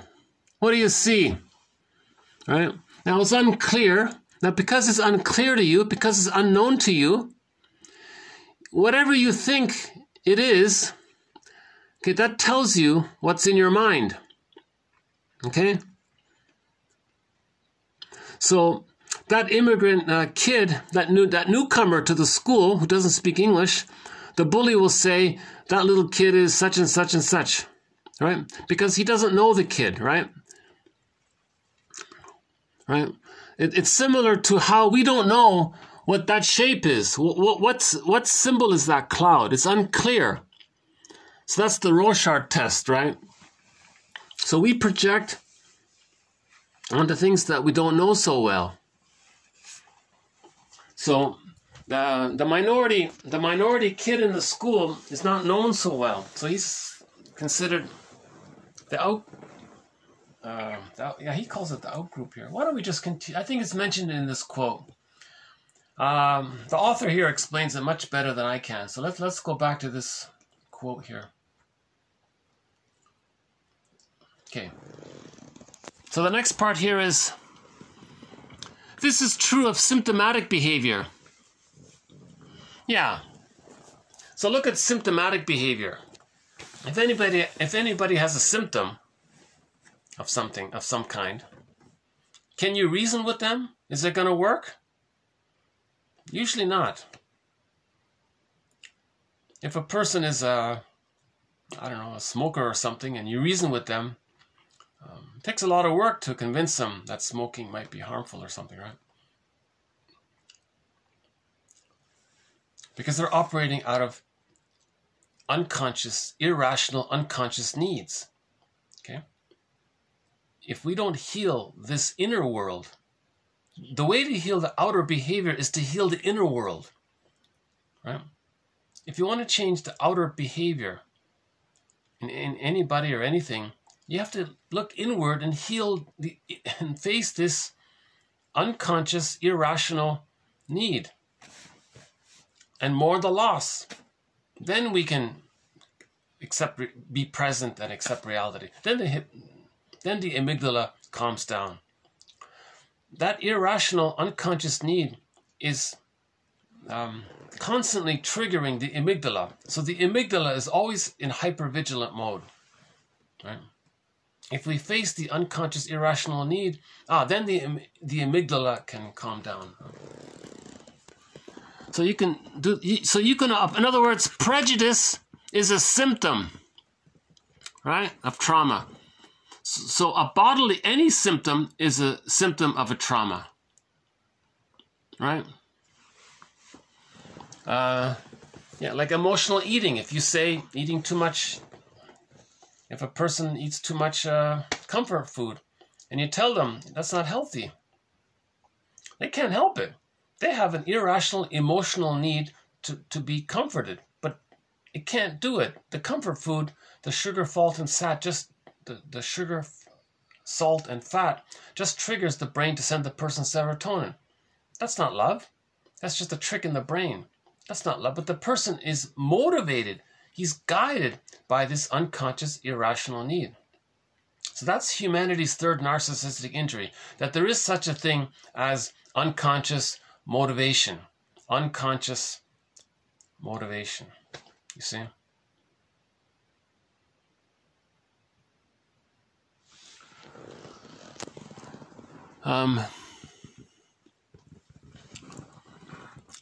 Okay, let's move on here. Okay, so again, our dysfunctional prejudice is not responsive to logical explanations, right? Now look at Jane Elliott. Jane Elliott spent what, almost 8 decades? How old is she now? 90 or something? 7 decades? Jane Elliott spent 7 decades, every day of her life, explaining and teaching about prejudice. She wears a t-shirt, a sweatshirt that says, prejudice is an emotional commitment, obsession. We can change to prejudice is an emotional commitment to ignorance. We can adjust it here. With this quote, we can say prejudice is an obsession to ignorance. We're addicted. We're obsessed to ignorance. We're obsessed with it because we can't face the truth. The truth is too painful. Even though consciously we know that the truth will upset you free. You see? So rationally, we can understand that. If we mourn, we accept, we understand, we feel better, we come into reality, we come into ourselves. Okay, I'm okay, you're okay. That's normal, natural. The normal outcome for human beings is I'm okay, you're okay. Every baby thinks I'm okay, you're okay. That's the natural byproduct when a baby's loved. If the baby's loved, he thinks he's okay and others are okay. Everything else is a sign of trauma. It's a symptom.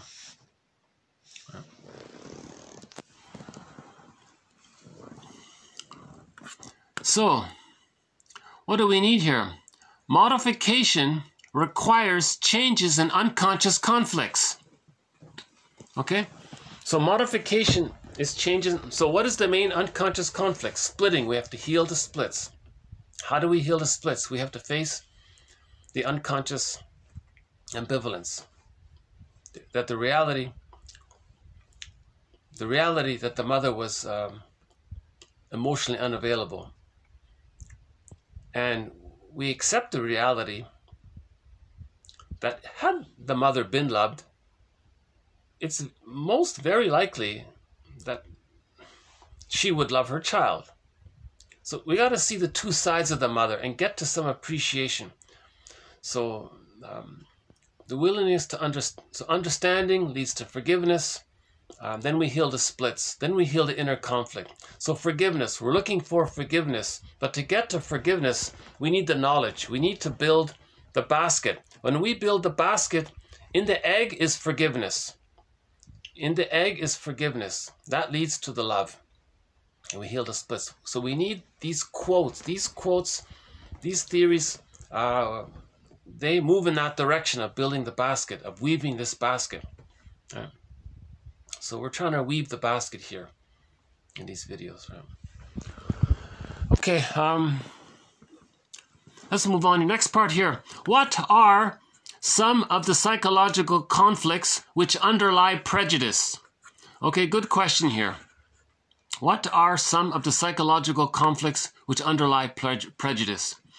Members of a minority group become convenient scapegoats who can be loaded with the sins of others and driven out of the community. Okay? Another way of saying this metaphor is that the outgroup or the minority is a readily available, safe substitute other for the displacement or projection of unacceptable wishes or feelings of the majority. Okay? So whatever the majority can't accept about themselves, their wishes, their needs, their fears, their motives, whatever they can accept about themselves. They just fantasize that it belongs to the other, the safe other. That's the minority. The minority safe, right? Remember, the majority, that's the one-up position, right? The mammalian brain sends them serotonin. The minority is in the one down, from the mammalian brain's point of view. So they're safe, right? The immigrant kid who doesn't speak English, he's safe because he's alone, doesn't speak English. So whatever the majority doesn't like about themselves, they just say it belongs to them. And if they can, like a scapegoat, if they can drive them to leave the school, they feel, did it work? Magical thinking? Is it gone? No. It's just for the moment. It's just a temporary fantasy of distracting themselves. So prejudice is a distraction from psychic pain. Prejudice is a distraction of our own psychic pain. Just like a bodily physical, look up John E. Sarno. A physical symptom distracts us from emotional pain. Prejudice does the same thing. It distracts you from the emotional pain.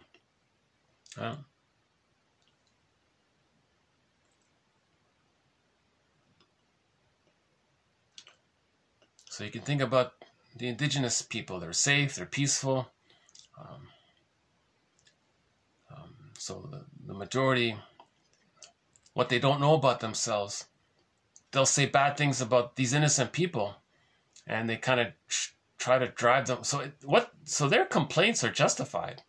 You know, the indigenous people, they're having a hard time trying to absorb all of this, what's unknown about the projectors. That's why the moral revolution is to know thyself, to heal ourselves. Then we can end prejudice. When we know ourselves, the prejudice is gone. When we know ourselves, we get to natural, I'm okay, you're okay. See? So the moral revolution is to heal ourselves. Okay, so the moral revolution, that's Wilson's phrase. I like her idea. It's part of the mental hygiene movement, the emotional hygiene movement, and the spiritual hygiene movement. Okay, it's sometimes called the self-awareness movement, or the self-reparenting movement, or the mythopoetic movement, or the know thyself movement. I've been using Wilson's The Moral Revolution, which is to heal ourselves. Burglar's very direct. He says, that bag, you're responsible for it. No, you're not responsible for what happened, but you're responsible for healing yourself. No child is responsible for being abused by the parent. But the person growing up, that's their life. They are responsible for healing themselves. The mother's not going to do it because she's too stuck in her net. So we have to... So the moral revolution is to heal ourselves. We heal ourselves by weaving this basket. Once this basket is a symbol for giving ourselves basic trust. The baby was born with original trust, was born with original faith, but it got damaged. Now we have to give that to ourselves. The way to give basic trust, basic faith to ourselves is by weaving this basket. These quotes, these ideas by thinkers of the ages, right? Thinkers for the past 10,000 years. This jargon is the fruit of 10,000 years of famous people thinking about these things, you know. So we're weaving this basket, thanks to the hard work of a lot of philosophers and thinkers, like our mentors here, for example, Masterson, Burglar, Karen Horney, Melanie Klein, Margaret Mahler, William Fairbairn.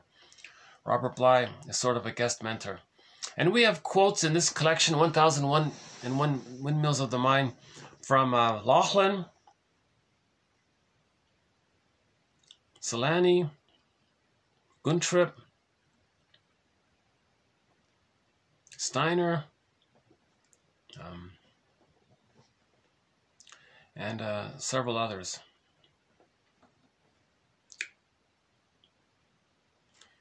These quotes are all from the psychodynamic, psychoanalytic perspective.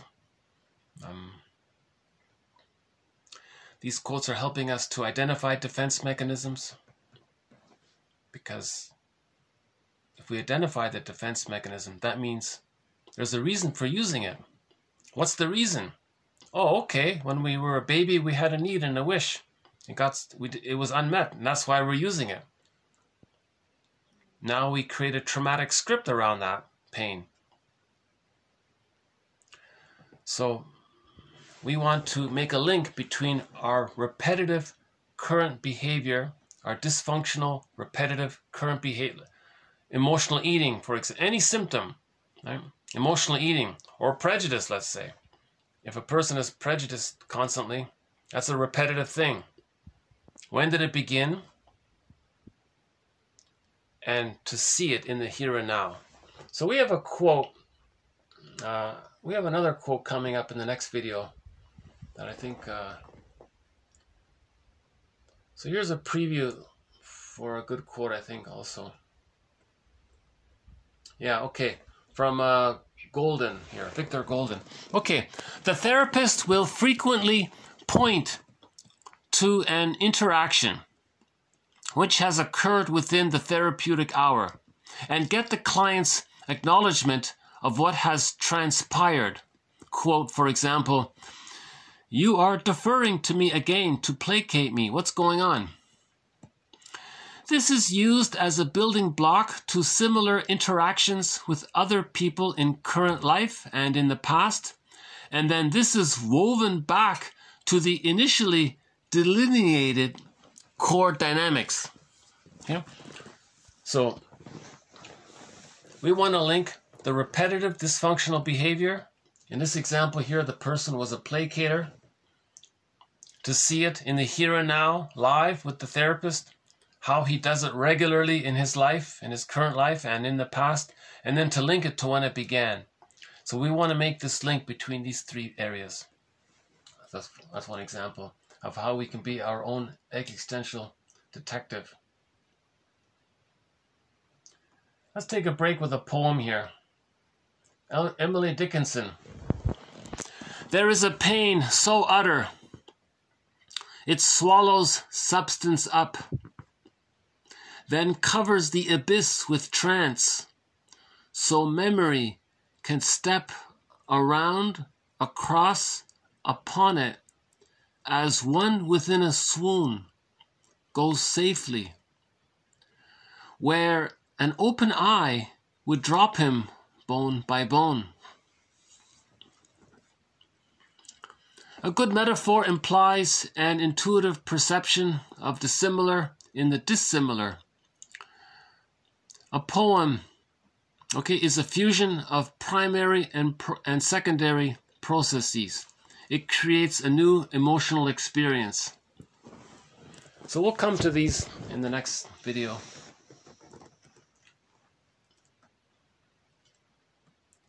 I sometimes have to wait 4 or 5 days to get a video uploaded, so there's a little overlap here.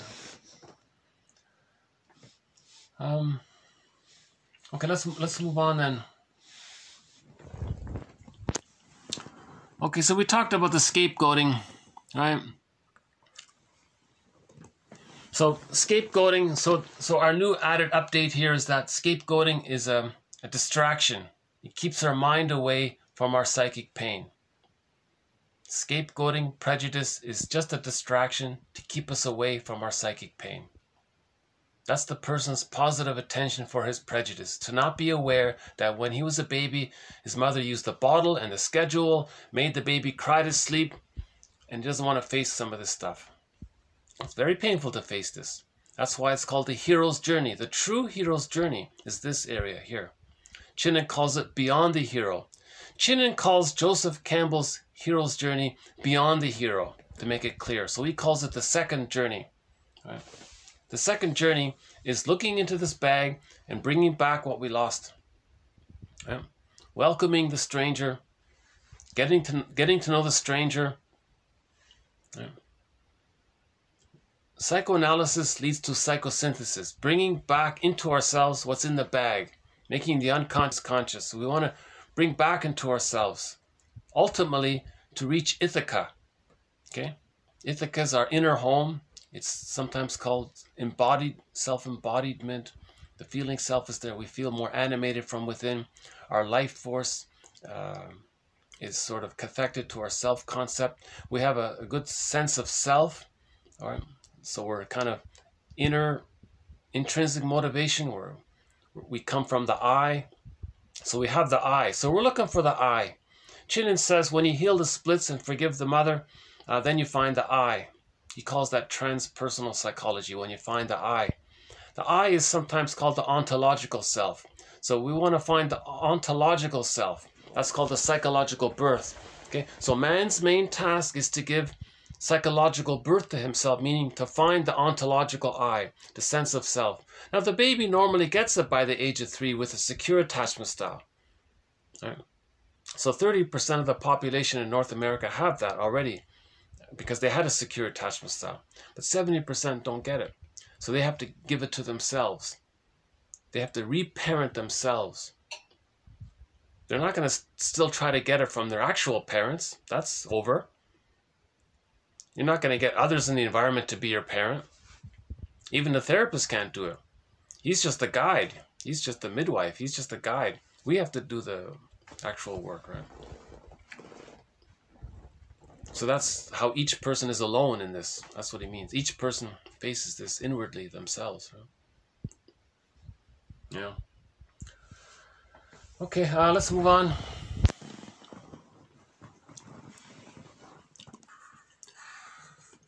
Okay, now scapegoating other people, right? So prejudice towards other people, scapegoating other people, it serves a social function for the group, right? So therefore, prejudice becomes important for the reduction of the majority's anxiety and guilt and for the maintenance of their self-esteem. Okay? So the projectors have a fake self-esteem called taking refuge in the grandiose part self. That's all they have. They don't have genuine self-esteem. You need a self. You need a self to have self-esteem. If they don't have the self, they don't have self-esteem. They have a fake self-esteem. So usually when people use the jargon, the pop culture term self-esteem, they're talking about preserving the infantile megalomania, preserving the narcissism. So they want to preserve the narcissism. How do you preserve the narcissism? You're prejudiced and hateful towards others. Then you preserve your narcissism. That's what he means. So that's why he says prejudice serves a kind of social function, because it makes the majority happy, makes them feel good in the moment, right? Because prejudice is a distraction from their psychic pain. That's why they feel good in the moment. So that's what he means about that. Okay, next one here. According to some authors, the minority person or persons may symbolize the projector's own unacceptable dependency wishes. Okay, so here's an added point here. So let's talk about that newcomer kid who doesn't speak English. He has dependency wishes. We can see that he's like a little child, and the school is like the symbolic mother. He has dependency wishes. Now the other classmates may see, hey, look, he has dependency wishes. That reminds the projectors that when they were a baby, they had dependency wishes, and it got rejected and squelched. They can't feel it. Now they see it in the presence of the other person having dependency wishes. So in other words, the newcomer is a symbol for the projector. The newcomer is a symbol of their own dependency wishes, needs for love, needs for mother's soothing, needs for mother's witnessing, needs for mother's caring. Right? They see that the immigrant kid has kind of like those needs, right? To be accepted and learn the language and be a part and be included and be accepted by the school and the teacher. He sees that the immigrant kid has those kind of needs. It reminds the projector that when they were a baby, they had those needs like that, but it was so painful. So they're triggered by it. And that's why they hate the immigrant kid, right? The newcomer child or something. In this example, in this fictional example we're just using here. So that's an interesting point. So that's an added point here about to add to our thread on the psychodynamics of prejudice. How how the minority is a symbol for dependency wishes, right? The immigrant kid, the newcomer kid, needs love, right? Well, when we were a baby, we needed love. That's called dependency wishes. Now, the prejudice or the hatred of it, that serves as a distraction or a defense against being reminded of when we were a baby that we had dependency wishes that didn't get met. Guess that's another element there. Okay, we'll do one more here. Next one here. Identity conflict may have its roots in disturbed patterns of parental identification. Okay, that's sort of a given here. The child lacks a positive parental role model. In other words, a person who has prejudice, it means that when they were a child, they didn't have a positive parental role model to admire. Okay? Robert Bly says we live in a sibling society. We don't have positive mothers to imitate or positive fathers to imitate. There's no mentors around. Everybody's a curmudgeon, right? So the olders are not elders, right? So that's sort of a given here. Every child needs to have a positive parental role model, right? You know, maybe they can get it from television. You know, maybe they can get it from TV. You know, the mental hygiene, I remember this now in the book, in one book, I think I have it somewhere. Yeah, it's called mental, yeah, there it is there. Mental, in the bottom there, mental hygiene, that by Ken Smith. Yeah, he says it in there, Ken Smith, in that book, Mental Hygiene. He says the mental hygiene movement, the theory was, when they made those films in the 50s and the 60s about for the mental hygiene movement, they showed role models, positive role models, and they had the idea that people would emulate these positive role models. That was the positive intention of the mental hygiene, the film portion, the movie portion of the mental hygiene movement. That was the positive intention, to provide people with positive role models to emulate, because they're not getting it at home, right? The father's absent, the mother's angry from 10,000 years of being in the one down position or something, these kinds of things. Okay, next one here. Okay, Allport. Okay, so yeah, so Brody ends with Allport. I get it. So there's a book simply called Prejudice from the 50s by Gordon Allport. It's a difficult book to read. It's an emotionally taxing book to read. I would say 90% of it, so it gives examples of prejudice, so it's very tiring to read that. But but I would say about 10% of that book is very helpful. It's very valuable. Personally, I think that 10% of that book should be plucked out and put into a pamphlet. So Allport talks about the difference between the tolerant personality and the prejudiced personality. For 10,000 years, humans had a tolerant personality. No, pardon me. For 150,000 years, all babies got a secure attachment style, and that led to I'm okay, you're okay, and that's the tolerant personality. And then we started 10,000 years ago by creating the prejudiced personality. There are theories around why that happened. So there's a distinction between the tolerant personality, I'm okay, you're okay, and the prejudiced personality, which is anything other than I'm okay, you're okay. So this last part here is from this author, Gordon Allport. Okay, Allport considered, a couple of things here. Ambivalence towards parents, a tendency to dichotomize, that's splitting, and externalization of conflict, that's negative magic gesture. So we've sort of talked about those three things already. Okay, the person doesn't want to admit that the mother was rejecting, so they have unconscious ambivalence. That leads to splitting, a tendency to dichotomize. And then we scapegoat others, that's externalization. And he mentions a few others. These are all devices to bolster a weak ego, so remember, trauma weakens the ego. It destroys the basket. So the ego means the basket. Right? Unable to face its feelings honestly, squarely, unflinchingly. We can't face our inner life. Right?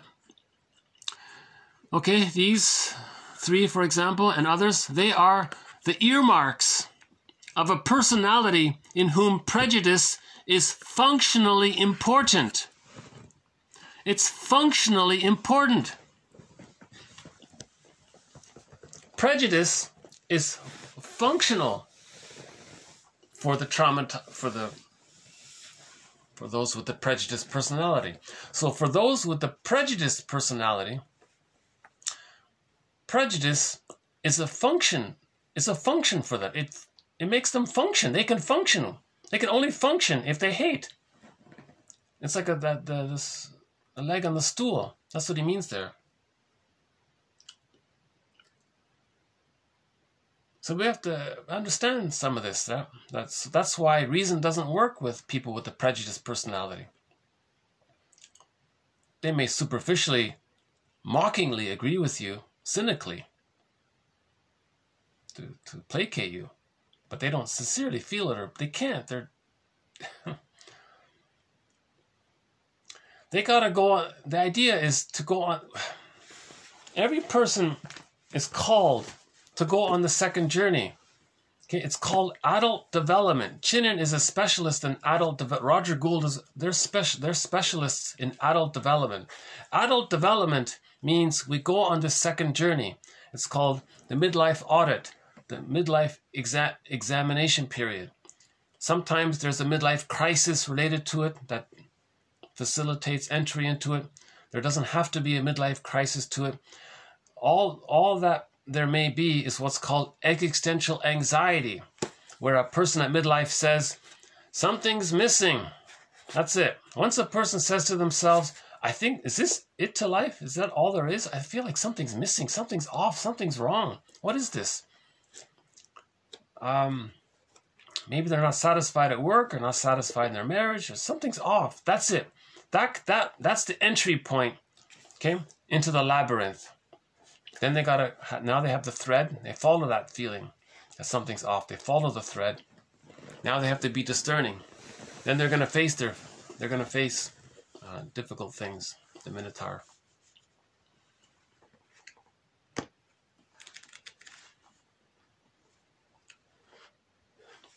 In a mythological epic like Theseus in the labyrinth facing the Minotaur, there's no physical outward activity. Those are metaphors or symbols to describe some emotionality within. Facing the Minotaur and being discerning of it and recognizing it, that's being discerning. So this being discerning, that's what that frightening image is around that. It's not an actual activity in the outer world. It's trying to describe the inner world where we face that the mother was rejecting, how we felt about it, how we have this hallucination that the mother is a devouring witch. What is it here? What did he say here? Some kind of monster? Oh yeah, and the one about Prometheus, about it, the terrible mother one, the devouring monster. Yeah. So we recognize that the devouring monster, the Minotaur, the devouring monster, that's just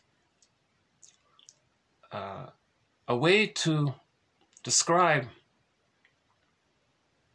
that the baby was angry and he had a need to take in mother's milk.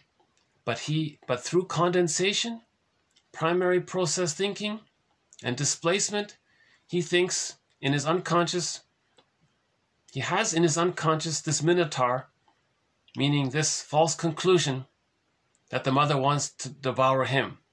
So that's where he has to be discerning and realize, really? Do mothers eat their children? Oh my God, no they don't. What mother eats? That doesn't. So now you enter into reality. Mothers don't eat their children. Oh, okay. Mothers didn't hate the child. Maybe a little bit. That's okay. If she was more loving than frustrating, we can accept that. That's the ambivalence he talks about here. We have to face the ambivalence, the reality. No mother's a goddess and perfect. You know? Even if the mother was very loving, maybe unconsciously she resented it somehow. So no mother's 100% perfect.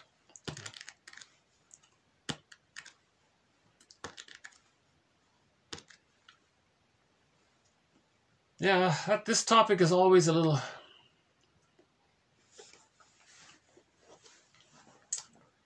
Why don't we take a little musical break here? Claude McKenzie. I mentioned he's one of our musical voices in our soundtrack here. So the playlist to 1001 Windmills of the Mind, we have some great musical singers here. One of them is Claude McKenzie. He was part of the band Cashton, and we've played several Cashton songs. Recently, we played the love song, Ikuesh, very nice song. There's a song called My Childhood, very good song. Another one called Tip Shian or something. It's a good song. And a couple of others by Claude. So we'll do another one by Claude McKenzie. He only sang 2 songs in English. All of his other songs are in Inuktitut. I think he sang 1 or 2 in French. But he only sang 2 songs in English. So I'll play one of his songs in English. It's okay. Not a bad little song called I Got a Taste for Tears, he said. I got a taste of tears by Claude McKenzie from the band Cashton.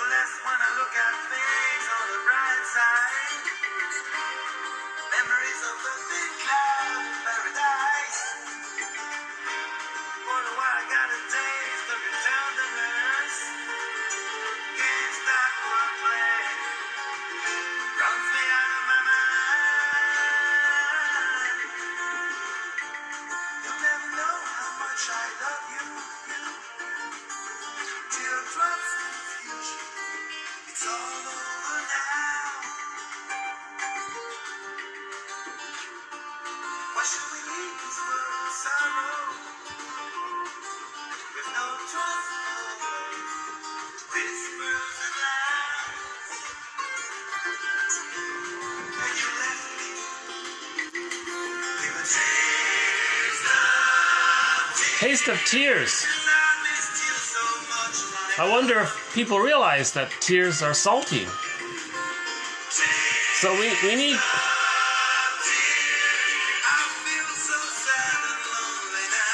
Yeah, so crying is a natural response to loss. people who can't cry, you know, because they're hurting too much. They don't want to admit it.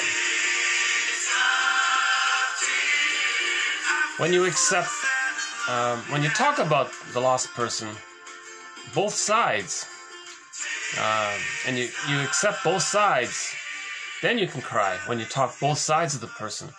If you're too one-sided, you might not be able to mourn the loss, because if you're overly positive about the person, that might be a reaction formation, that you can't accept the other side. It's difficult, you know. That's why it's called complicated grief. But anyways, it's nice to hear him sing in English. So great band, by the way, Cashton. Yeah, if you don't know it. So I think they had 3 albums. Okay, the next one here. Projective identification.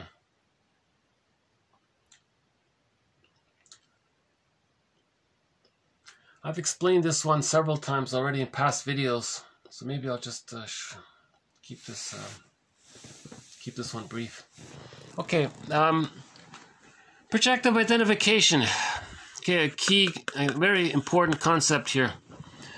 The projector, by means of actual interpersonal interactions with the recipient, unconsciously induces feeling states in the recipient that are congruent with the ejected or unwanted feelings. Now, the recipient of the projective identification can sometimes retrospectively become aware that he is, quote, playing a part in somebody else's fantasy. Okay? So the scapegoated guy, I'm not their bad mother. Oh my God, he thinks I'm their bad mother. I'm not their bad mother. I didn't breastfeed them. I'm a man, I'm not a woman. What are they doing here? But he's playing a part in someone else's fantasy. Bion, 1959. One not only finds oneself playing a role in someone else's internal drama, one feels unable to stop doing so. The recipient feels controlled from within.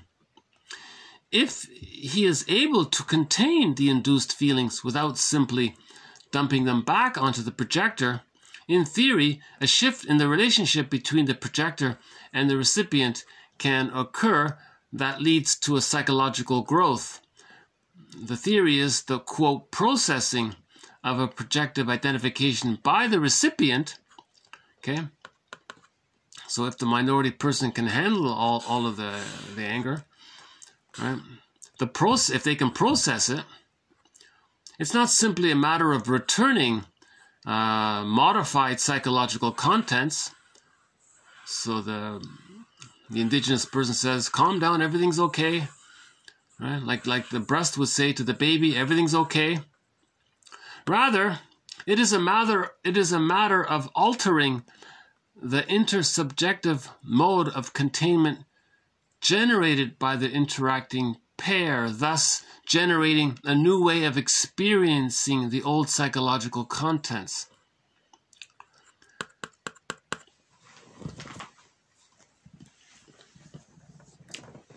Okay, this second part, I'm going to leave it as a question mark because I don't fully understand it, honestly speaking.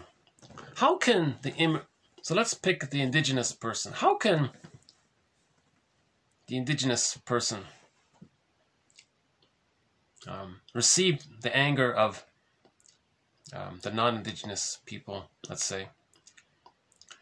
And how can they process it where they feel the experience of the other person's anger and hate that they have towards their mother, and the indigenous person or the recipient feels all that, and then the projector notices it. Look, they're kind of calm about it. They're handling it. And does that help them? Really? I don't know. Many authors mentioned this point here. Ogden, he's a key psychoanalytic author, Ogden. So he's a credible writer, Ogden. So I'm not sure about it. That's the theory. Because the projector is still operating from the emotionality of the baby. Remember, the baby is fused with the other.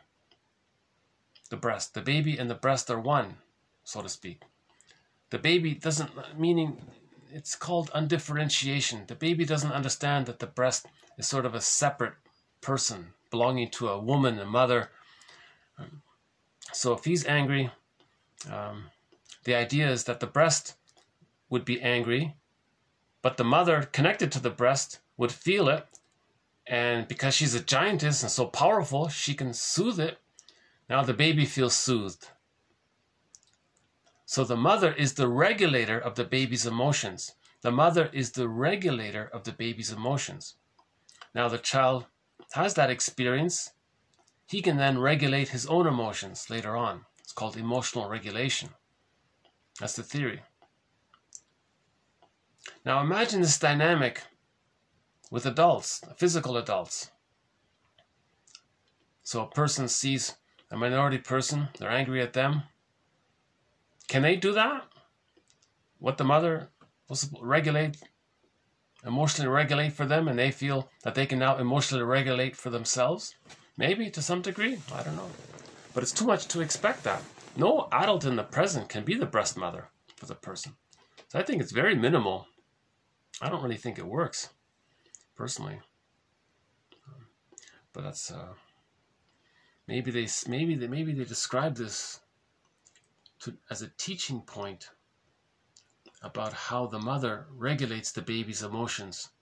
So later on, they want others to regulate their emotions for them. Now, what does the baby do? The baby wants to induce the mother to feel what he's feeling. So later on, the replay is they want to coax others to feel what they're not feeling. They're feeling it, but they're not aware that they're feeling it. So they want the other to feel it. That's called projective identification. A brief way of saying it is this. Discrimination breeds, projective identification, discrimination, prejudice. Prejudice breeds behavioral characteristics. You're going to trigger others. No one can handle that. That justify the prejudices of the discriminators. If the bully harasses, taunts, stalks, right? If the bully follows, taunts, stalks, does every little thing to annoy the kid. Let's start a kindergarten. Let's say the bully enters into the kindergarten. The person with the bully pattern. He's going to look around for the one weakest kid, let's say, and that's his target. Now he latches onto them. So that's now the breast mother. Now he expects this other kid to be the breast for them. He can't do it, but he's stuck there. He's going to keep on trying, like Sisyphus, like a broken record. So he's going to stalk that kid all through kindergarten. Maybe the teacher intervenes. When the teacher's not looking, he'll harass him. Let's say they advance, that's junior kindergarten. Then they go to senior kindergarten. They're in the same class. Same thing happens. Let's say it goes into grade 1, grade 2, grade 3. Let's say it goes all the way through the whole school system. Right? For example, I'm just making something up here. Maybe at the end, maybe by grade 13 or something, the guy who was bullied for, 13 years? Or 15 years. Maybe he had enough. He can't handle it anymore. Then he reacts somehow. Then the bully says, aha, you see everybody? You see that person? What he said to me? And then the bully feels justified that the person he was bullying is no good. See, so I don't think it works. See, I don't think that the victimized kid can emotionally regulate the kid with the bully pattern, even if he stalks him for 15 years or something like that. I don't think it works. Now that kid being bullied, he's gonna have a miserable life. He's gonna have there are gonna be psychological effects of discrimination on the victim, right? So we did a quote on workplace harassment recently by Rivera. So can I refer you to the quote by Louis de Rivera, or Louis, I think it's Louis. Anyways, his last name is Rivera. He has a book called Workplace Harassment, WPH, Workplace Harassment. They have effects. There are going to be effects of it. So this is projective identification. The person with the bully pattern wants the other person to somehow soothe them. It can't be done. It's overtaxing. The person can't do it. And finally he reacts. And then let's say the victim who reacts is then punished. Then the bully can say, "See, mother in the mind? When I was a baby, you stalked me, and I was angry. And when I was angry, I was punished by you. Now this victim kid here, I stalked them, made them angry, and tricked it so that the victim got punished. So what I arranged externally, I'm showing you what you did to me." Okay, so the bully, okay, again, the kid with the bully pattern. When he was a baby, he had a need, it got squelched. He was angry, it got squelched. He was angry again, he got punished. How does he replay that? How does he communicate that? He finds some victim, coaxes them, so he bullies them to make them angry, and he wants to maybe arrange it so that when the victim is angry, the teacher will punish him. Then he says, "Aha, you see, mother in the mind? You see how the teacher just punished that little kid there?" Now the teacher doesn't know that the bully was stalking him for 15 years or something like that, or whatever it is. The teachers change, they're busy, they don't care, and maybe they're prejudiced themselves. And remember, the scapegoat serves a function for the whole thing, right? All of the people in the room, including the teacher, don't know things about themselves. So the victim is the carrier of it. That's called the scapegoating mechanism, right? So finally, the teacher punishes the victim. Now the bully's laughing for the moment because he had a chance in that moment to say to his mother in the mind, "Aha, I think, mother in the mind, I think I was able to express what you did to me. You see, that kid got angry and was punished. I arranged that. I fixed it. So that happened. I'm showing you what you did to me." So that he's in a negative magic gesture. Right? Now theoretically, this quote says, if that victim kid was super strong or super confident or super embodied, or I don't know, maybe theoretically his presence could calm down the bully. I don't think so. That's why it's a huge question mark here. This is always, this part about projective identification, I don't fully buy it, to be honest with you, but I don't think it didn't work, did it? I mean, there are still minority people in every place around the world that are being harassed by the majority. It doesn't work. Bullying doesn't, the activity of harassing others doesn't make the harasser calm down and be healed. It doesn't work. So I don't think it works, right? So I think projective identification links with prejudice, and it links with workplace harassment. Okay, let's move on to a definition of trauma. What is trauma? Let's have here's a decent definition of it. An older one, an oldie but goodie. Okay, trauma is an event in the person's life defined by its intensity, by the person's incapacity to respond adequately to it, and by the upheaval and long-lasting effects that it brings about in the cyclical organization, to the mind, to the psyche.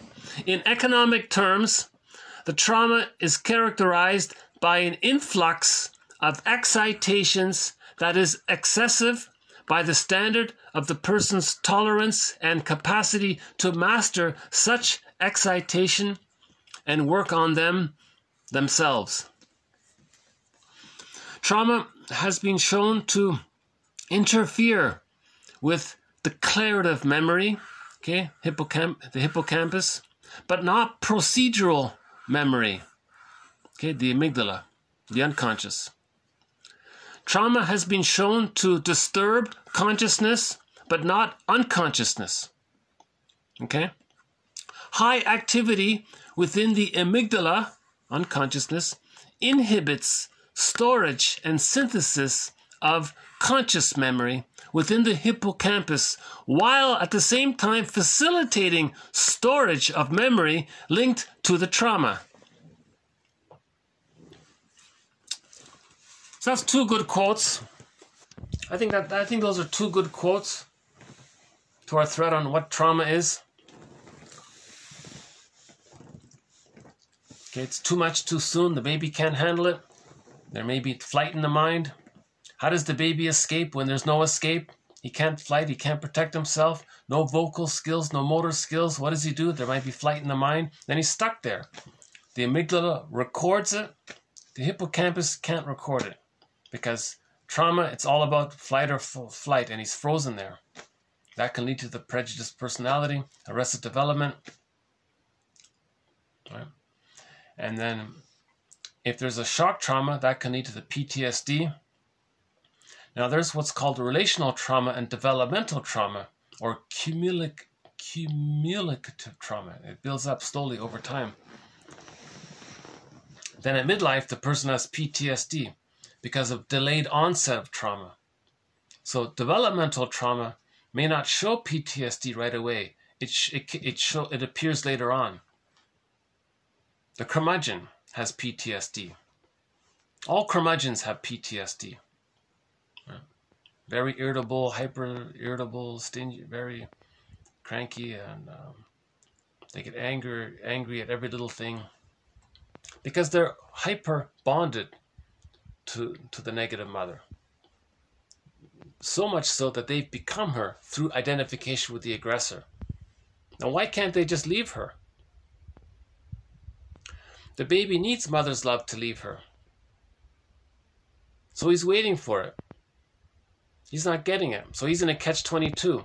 The baby needs mother's love to differentiate. So he's going to wait for it so he can get it. But if he's not getting it, he can't differentiate. So he's going to wait.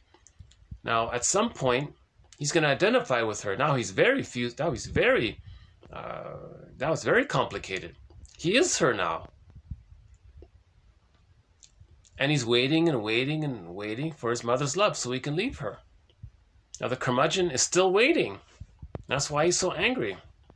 Because he's spent 80 years, 90 years of his life waiting, and he's not getting it. It's as if he's saying to his mother in the mind, look, mother in the mind, I've waited 90 years for you to love me so I can find myself.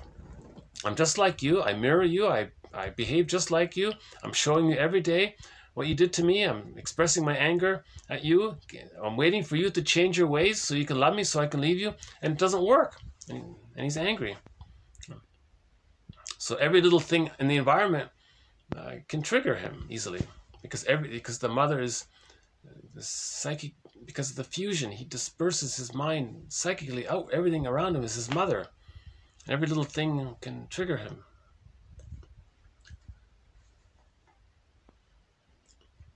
Another Golden Windmills of the Mind Award was issued to Philip Bromberg's trilogy of books on trauma called Standing in the Spaces, Awakening the Dreamer, and Shadow of the Tsunami. Bromberg calls trauma an emotional tsunami, and the after effects of it, the PTSD of it, he calls it the shadow of it. So the book is called Shadow of the Tsunami. Standing in the spaces. In trauma, things are fragmented, compartmentalized. We want to stand in the space and relink things up. And awakening the dreamer. In trauma, there's disassociation. So he's in a permanent semi-dream state all of his life, and he wants to awaken the dreamer, meaning his metaphor is the person come into himself and be present and be present and awake in the moment. So disassociation resembles a person sort of sleepwalking through life kind of thing. Three good books, yeah. So that's yeah, so we've mentioned 2 Golden Windmills of the Mind Award here. Bromberg's trilogy, just mentioned. Bruning's trilogy, mentioned at the beginning of this video. Right. Meet Your Happy Chemicals, I, Mammal, and Beyond Cynicism. So those are 2 Golden Windmills of the Mind Award. This comic is another Golden Windmills of the Mind Award. 1955, 4 comics were put out. This is part of the mental hygiene movement. There are roughly 3 therapy sessions per issue. Altogether, 12 therapy sessions. And this is the complete run of the series, Psychoanalysis, series 1 to 4. People searching for peace of mind through psychoanalysis. Tales of inner turmoil. Okay, so we have 4 sessions with Freddie, 3 with Ellen, 5 with Mark. This has won a Golden Windmills of the Mind Award. Yeah, that comic is serious. It's educational. It's not just frivolous. Chinnon's 4 books mentioned. This has also won a Golden Windmills of the Mind Award. Robert Bly's audio, another Golden Windmills of the Mind Award. We have 15 Golden Windmills of the Mind Award issued already so far. The music video, Because of You, by Kelly Clarkson, the song Because of You. That music video has won a Golden Windmills of the Mind Award. The comedy film Bob and His Enlarged Amygdala, that has won a Golden Windmills of the Mind Award. Bob and His Enlarged Amygdala, a funny movie. It's only about 20 minutes long. Laughlin's 2 books. One is called Mental Mechanisms and The Neuroses. That has won a Golden Windmills of the Mind Award. And there are others.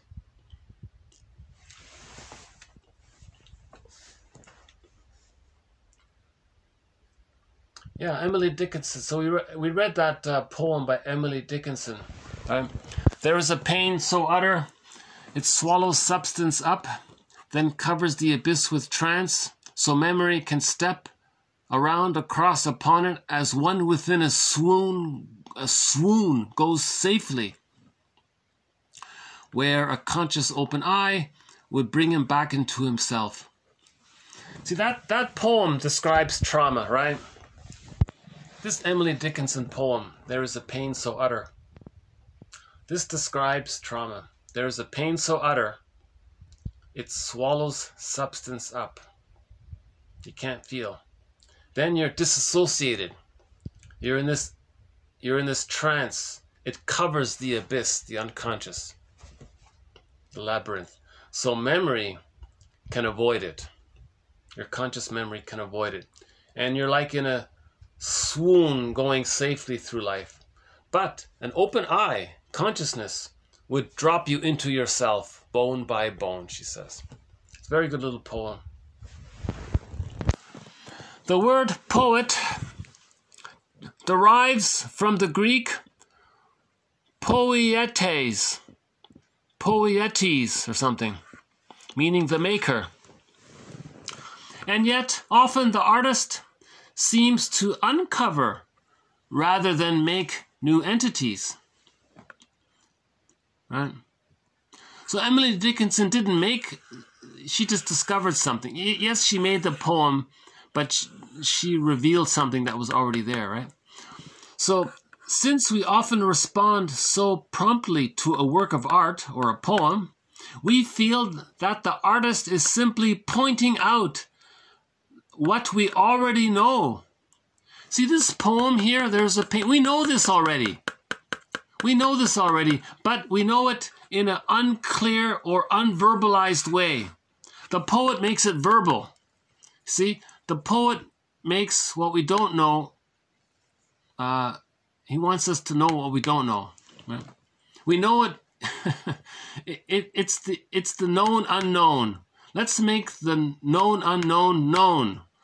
The poem makes the known unknown known. That's what he means, right? The artist is seen in a role similar to that of the psychoanalyst when the analyst gives interpretations to the client, right? So this is like a psychoanalytic interpretation. A poem puts words to your situation, right? So a poet is like a psychotherapist, in other words.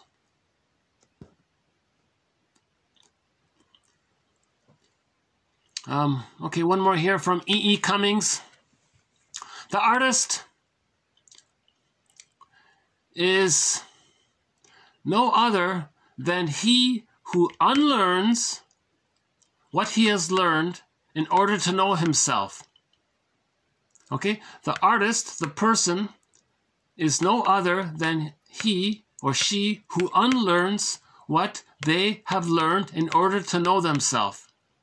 Okay, that's the moral revolution, to know ourselves, to heal ourselves, and then to know ourselves. That's a very good sentence there by E.E. Cummings. Right?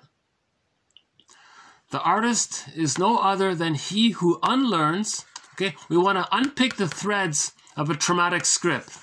Unlearn. We want to unpick the threads of a traumatic script. Okay, remember, repetition compulsion brings the traumatic script to consciousness. So we want to unpick the threads of that. So we're going to unlearn it in order to know himself. So far as I am concerned, poetry and every other art was, is, and forever will be strictly and distinctly a question of healing, individuality. Right? The artist is a man who feels. Right? So the artist is not so much the painter or the writer or the therapist. The artist is the one who feels. If you feel, you're an artist. If you're a person who has feelings, then you're an artist. All art is to help you get to feel. We feel, therefore we are. You see? We feel, therefore we are. Right? So the artist isn't just about, writing a fancy book. If you meet him and he feels a lot, his presence, his feeling, him being in touch with his feelings, that's what makes him an artist. If the person doesn't have his feelings and he writes a psychoanalytic textbook, he's trying to find his feelings. He's on the second journey. He's searching for his feelings. Right? If at some point I present these videos with a lot of feeling within myself, you might say, "Oh, this guy." You might find that my delivery in the future. So my delivery in the future, if I have more feelings in myself as I deliver these quotes in the future, they'll be more helpful, right, than my earlier videos, where I have less feeling, let's say. And so I'm looking to have more feelings in myself. We're talking about the psychological feelings, right? From the I, the ontological self, from the real self, from the true self. Not just the reaction to emotional flooding, right? Bereavement overload, emotional, not the flight, fight, freeze, disassociate response to stress. We call them feelings, but they're more physiological side. Again, in that movie Inside Out, we had the physiological response to trauma. That's the flight and so the characters' fear, anger, and disgust were on one side, right? And the feelings, the ontological self, so the characters' joy and sadness represent the feelings of the ontological self. Remember, they were lost in this other world. Okay? So we're talking about, so those are the feelings of the I, right? For the ontological self. So we're looking for those feelings, the embodied.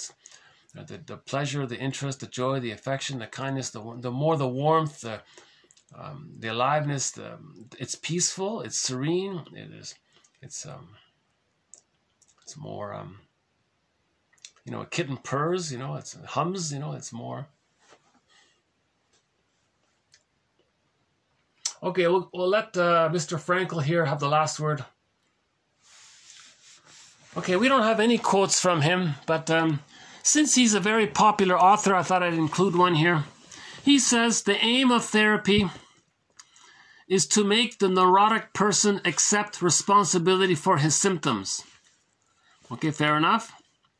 When existential anxiety results in symptomatology, he says, we are dealing with a new type of neurosis, which we call, or he calls, nogenic neurosis. Okay, so what he's saying is, he had a proposal. At midlife, when we have existential anxiety, there's got to be more to life. Now, normally, we follow up on that. If we don't follow up on it, and because we don't follow up on it, we develop some symptoms. He calls those symptoms in reaction to not following up on our existence. In other words, when we don't go on the second journey, when we're called to go on the second journey, and then we get symptoms, he calls those symptoms in response to not going on the second journey, he calls it nogenic neurosis. The first time I heard it, but anyways, so he's saying, why don't we give a name to the symptoms we get when we don't heal ourselves, when we're called to do so? Okay, next part here. The way a person faces their symptoms, their traumatic script, their repetition compulsion, their existential dilemma, their frozen moment in time, their arrested development, their delayed onset of developmental trauma, the way he faces his problems. Okay, let's look at that. What's your attitude towards your problems? Okay, by taking it upon yourself, okay, by having responsibility for your situation. If you have this perspective, then you may find some, quote, attitudinal values, right? He's saying something very similar to the moral revolution, that it's our job to reparent ourselves. That's an attitude we have. Aha! That's a journey to go on this second journey. So that's an attitudinal value. So when you recognize your existential anxiety that something's missing, it then can lead to this attitudinal value that, okay, I got to go on this second journey and find a way to heal myself.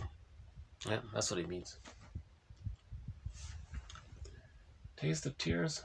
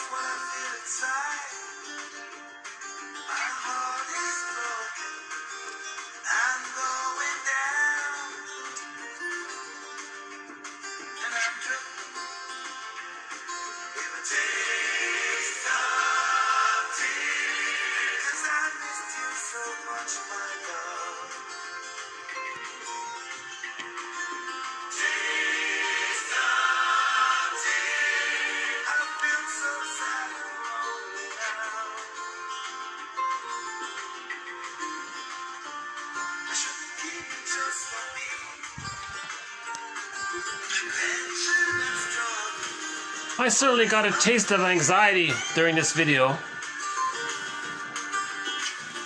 I think when I started this video, I talked about the quote on Prejudice.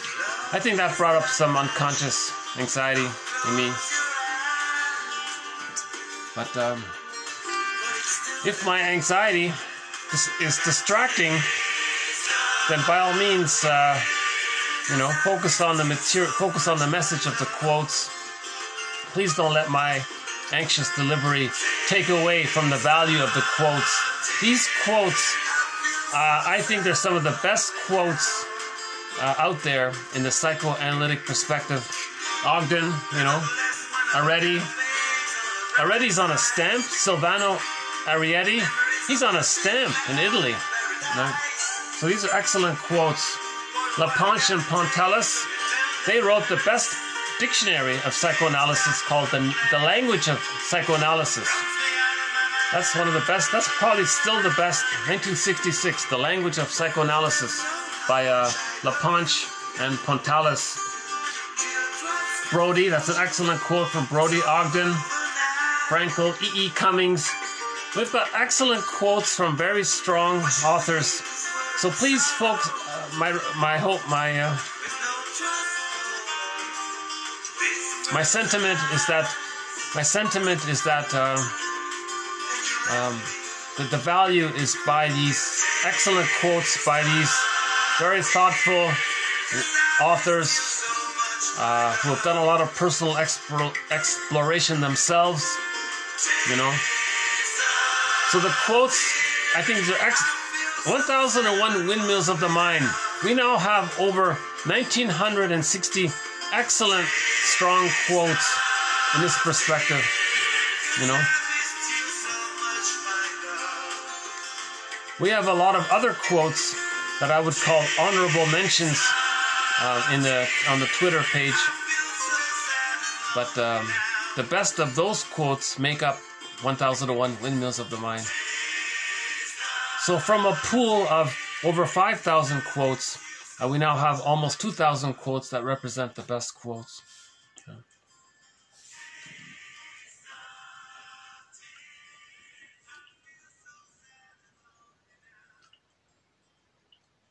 Should I play that Boston song? No, never mind. We've played a couple of songs. We played More Than a Feeling and To Be a Man, Amanda. We've played a few songs by Boston. See, that Boston song criticizing the greed system, the plunder system, it's okay to a point, but that's one of the points we made here at the beginning of this video. To heal prejudice, it's not just providing logical explanations, like with the religion. You can't just logically explain psychological theories to help a person understand religion. They have to work through their inner conflicts, and then they will be free, okay? Emotionally free that way around. Okay, so we started.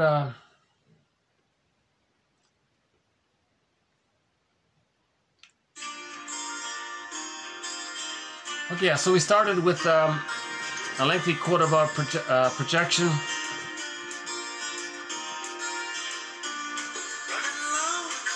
And we added this new idea of the symbol that the scapegoated person may be an unconscious symbol of the projector's unmet dependency needs, and it makes them uncomfortable. And this is observed when people say how they hate weakness. Dependency needs is weakness. The baby's vulnerable. He's weak. He's vulnerable. When they say they hate weakness, they mean they hate their own dependency needs because it's too painful to. In other words, when that's code for they're angry. When they say they hate weakness, that's code for they're angry around not getting their dependency needs met, their symbiotic needs, their mirroring needs, and so on. Emotional regulation needs.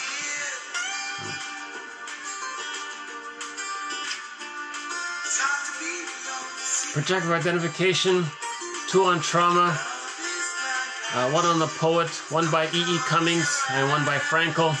And we did the Emily Dickinson poem. And we're concluding here with a song by Claude McKenzie.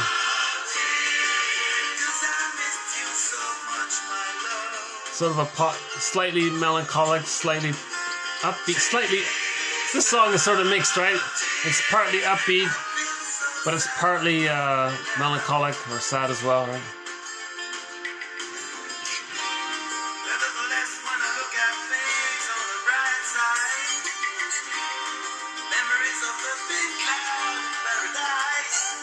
Let's see if we can end up with some other. Let's look for another song to end up with here. Hold on a sec.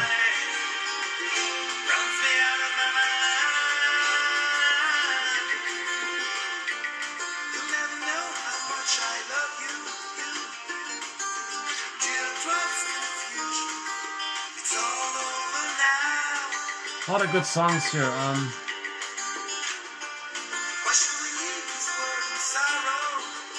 How about Ili Sapi? Okay, we'll end up with Ili Sapi here. This song called The Earth Move. Here's a fun upbeat song by Ili Sapi from the album Traveling Love. That's a very good album, Traveling Love by Ili Sapi.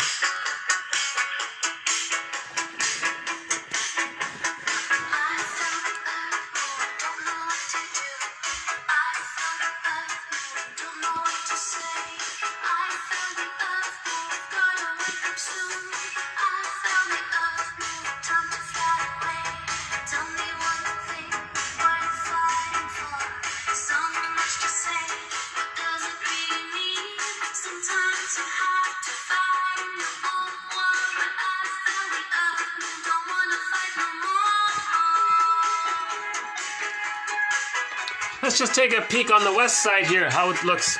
That's pointing eastbound. Let's see how it's on the other side here.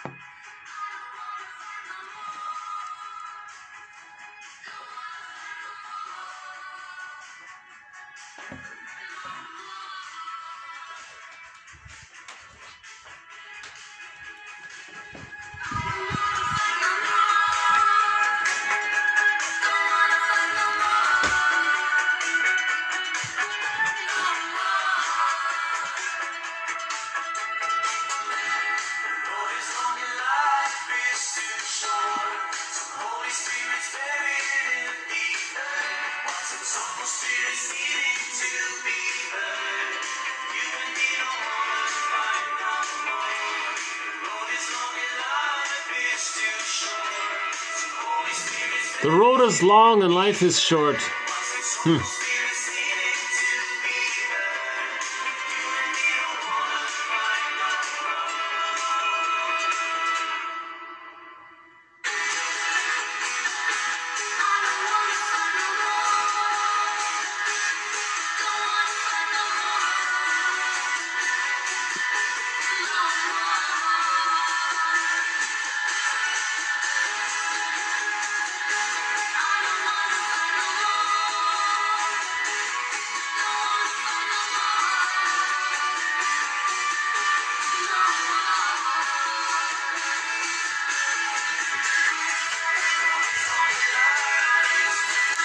Okay, thanks very much.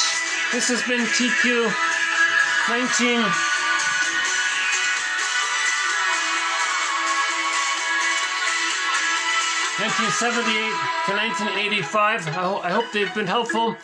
See you in the next video. Bye for now.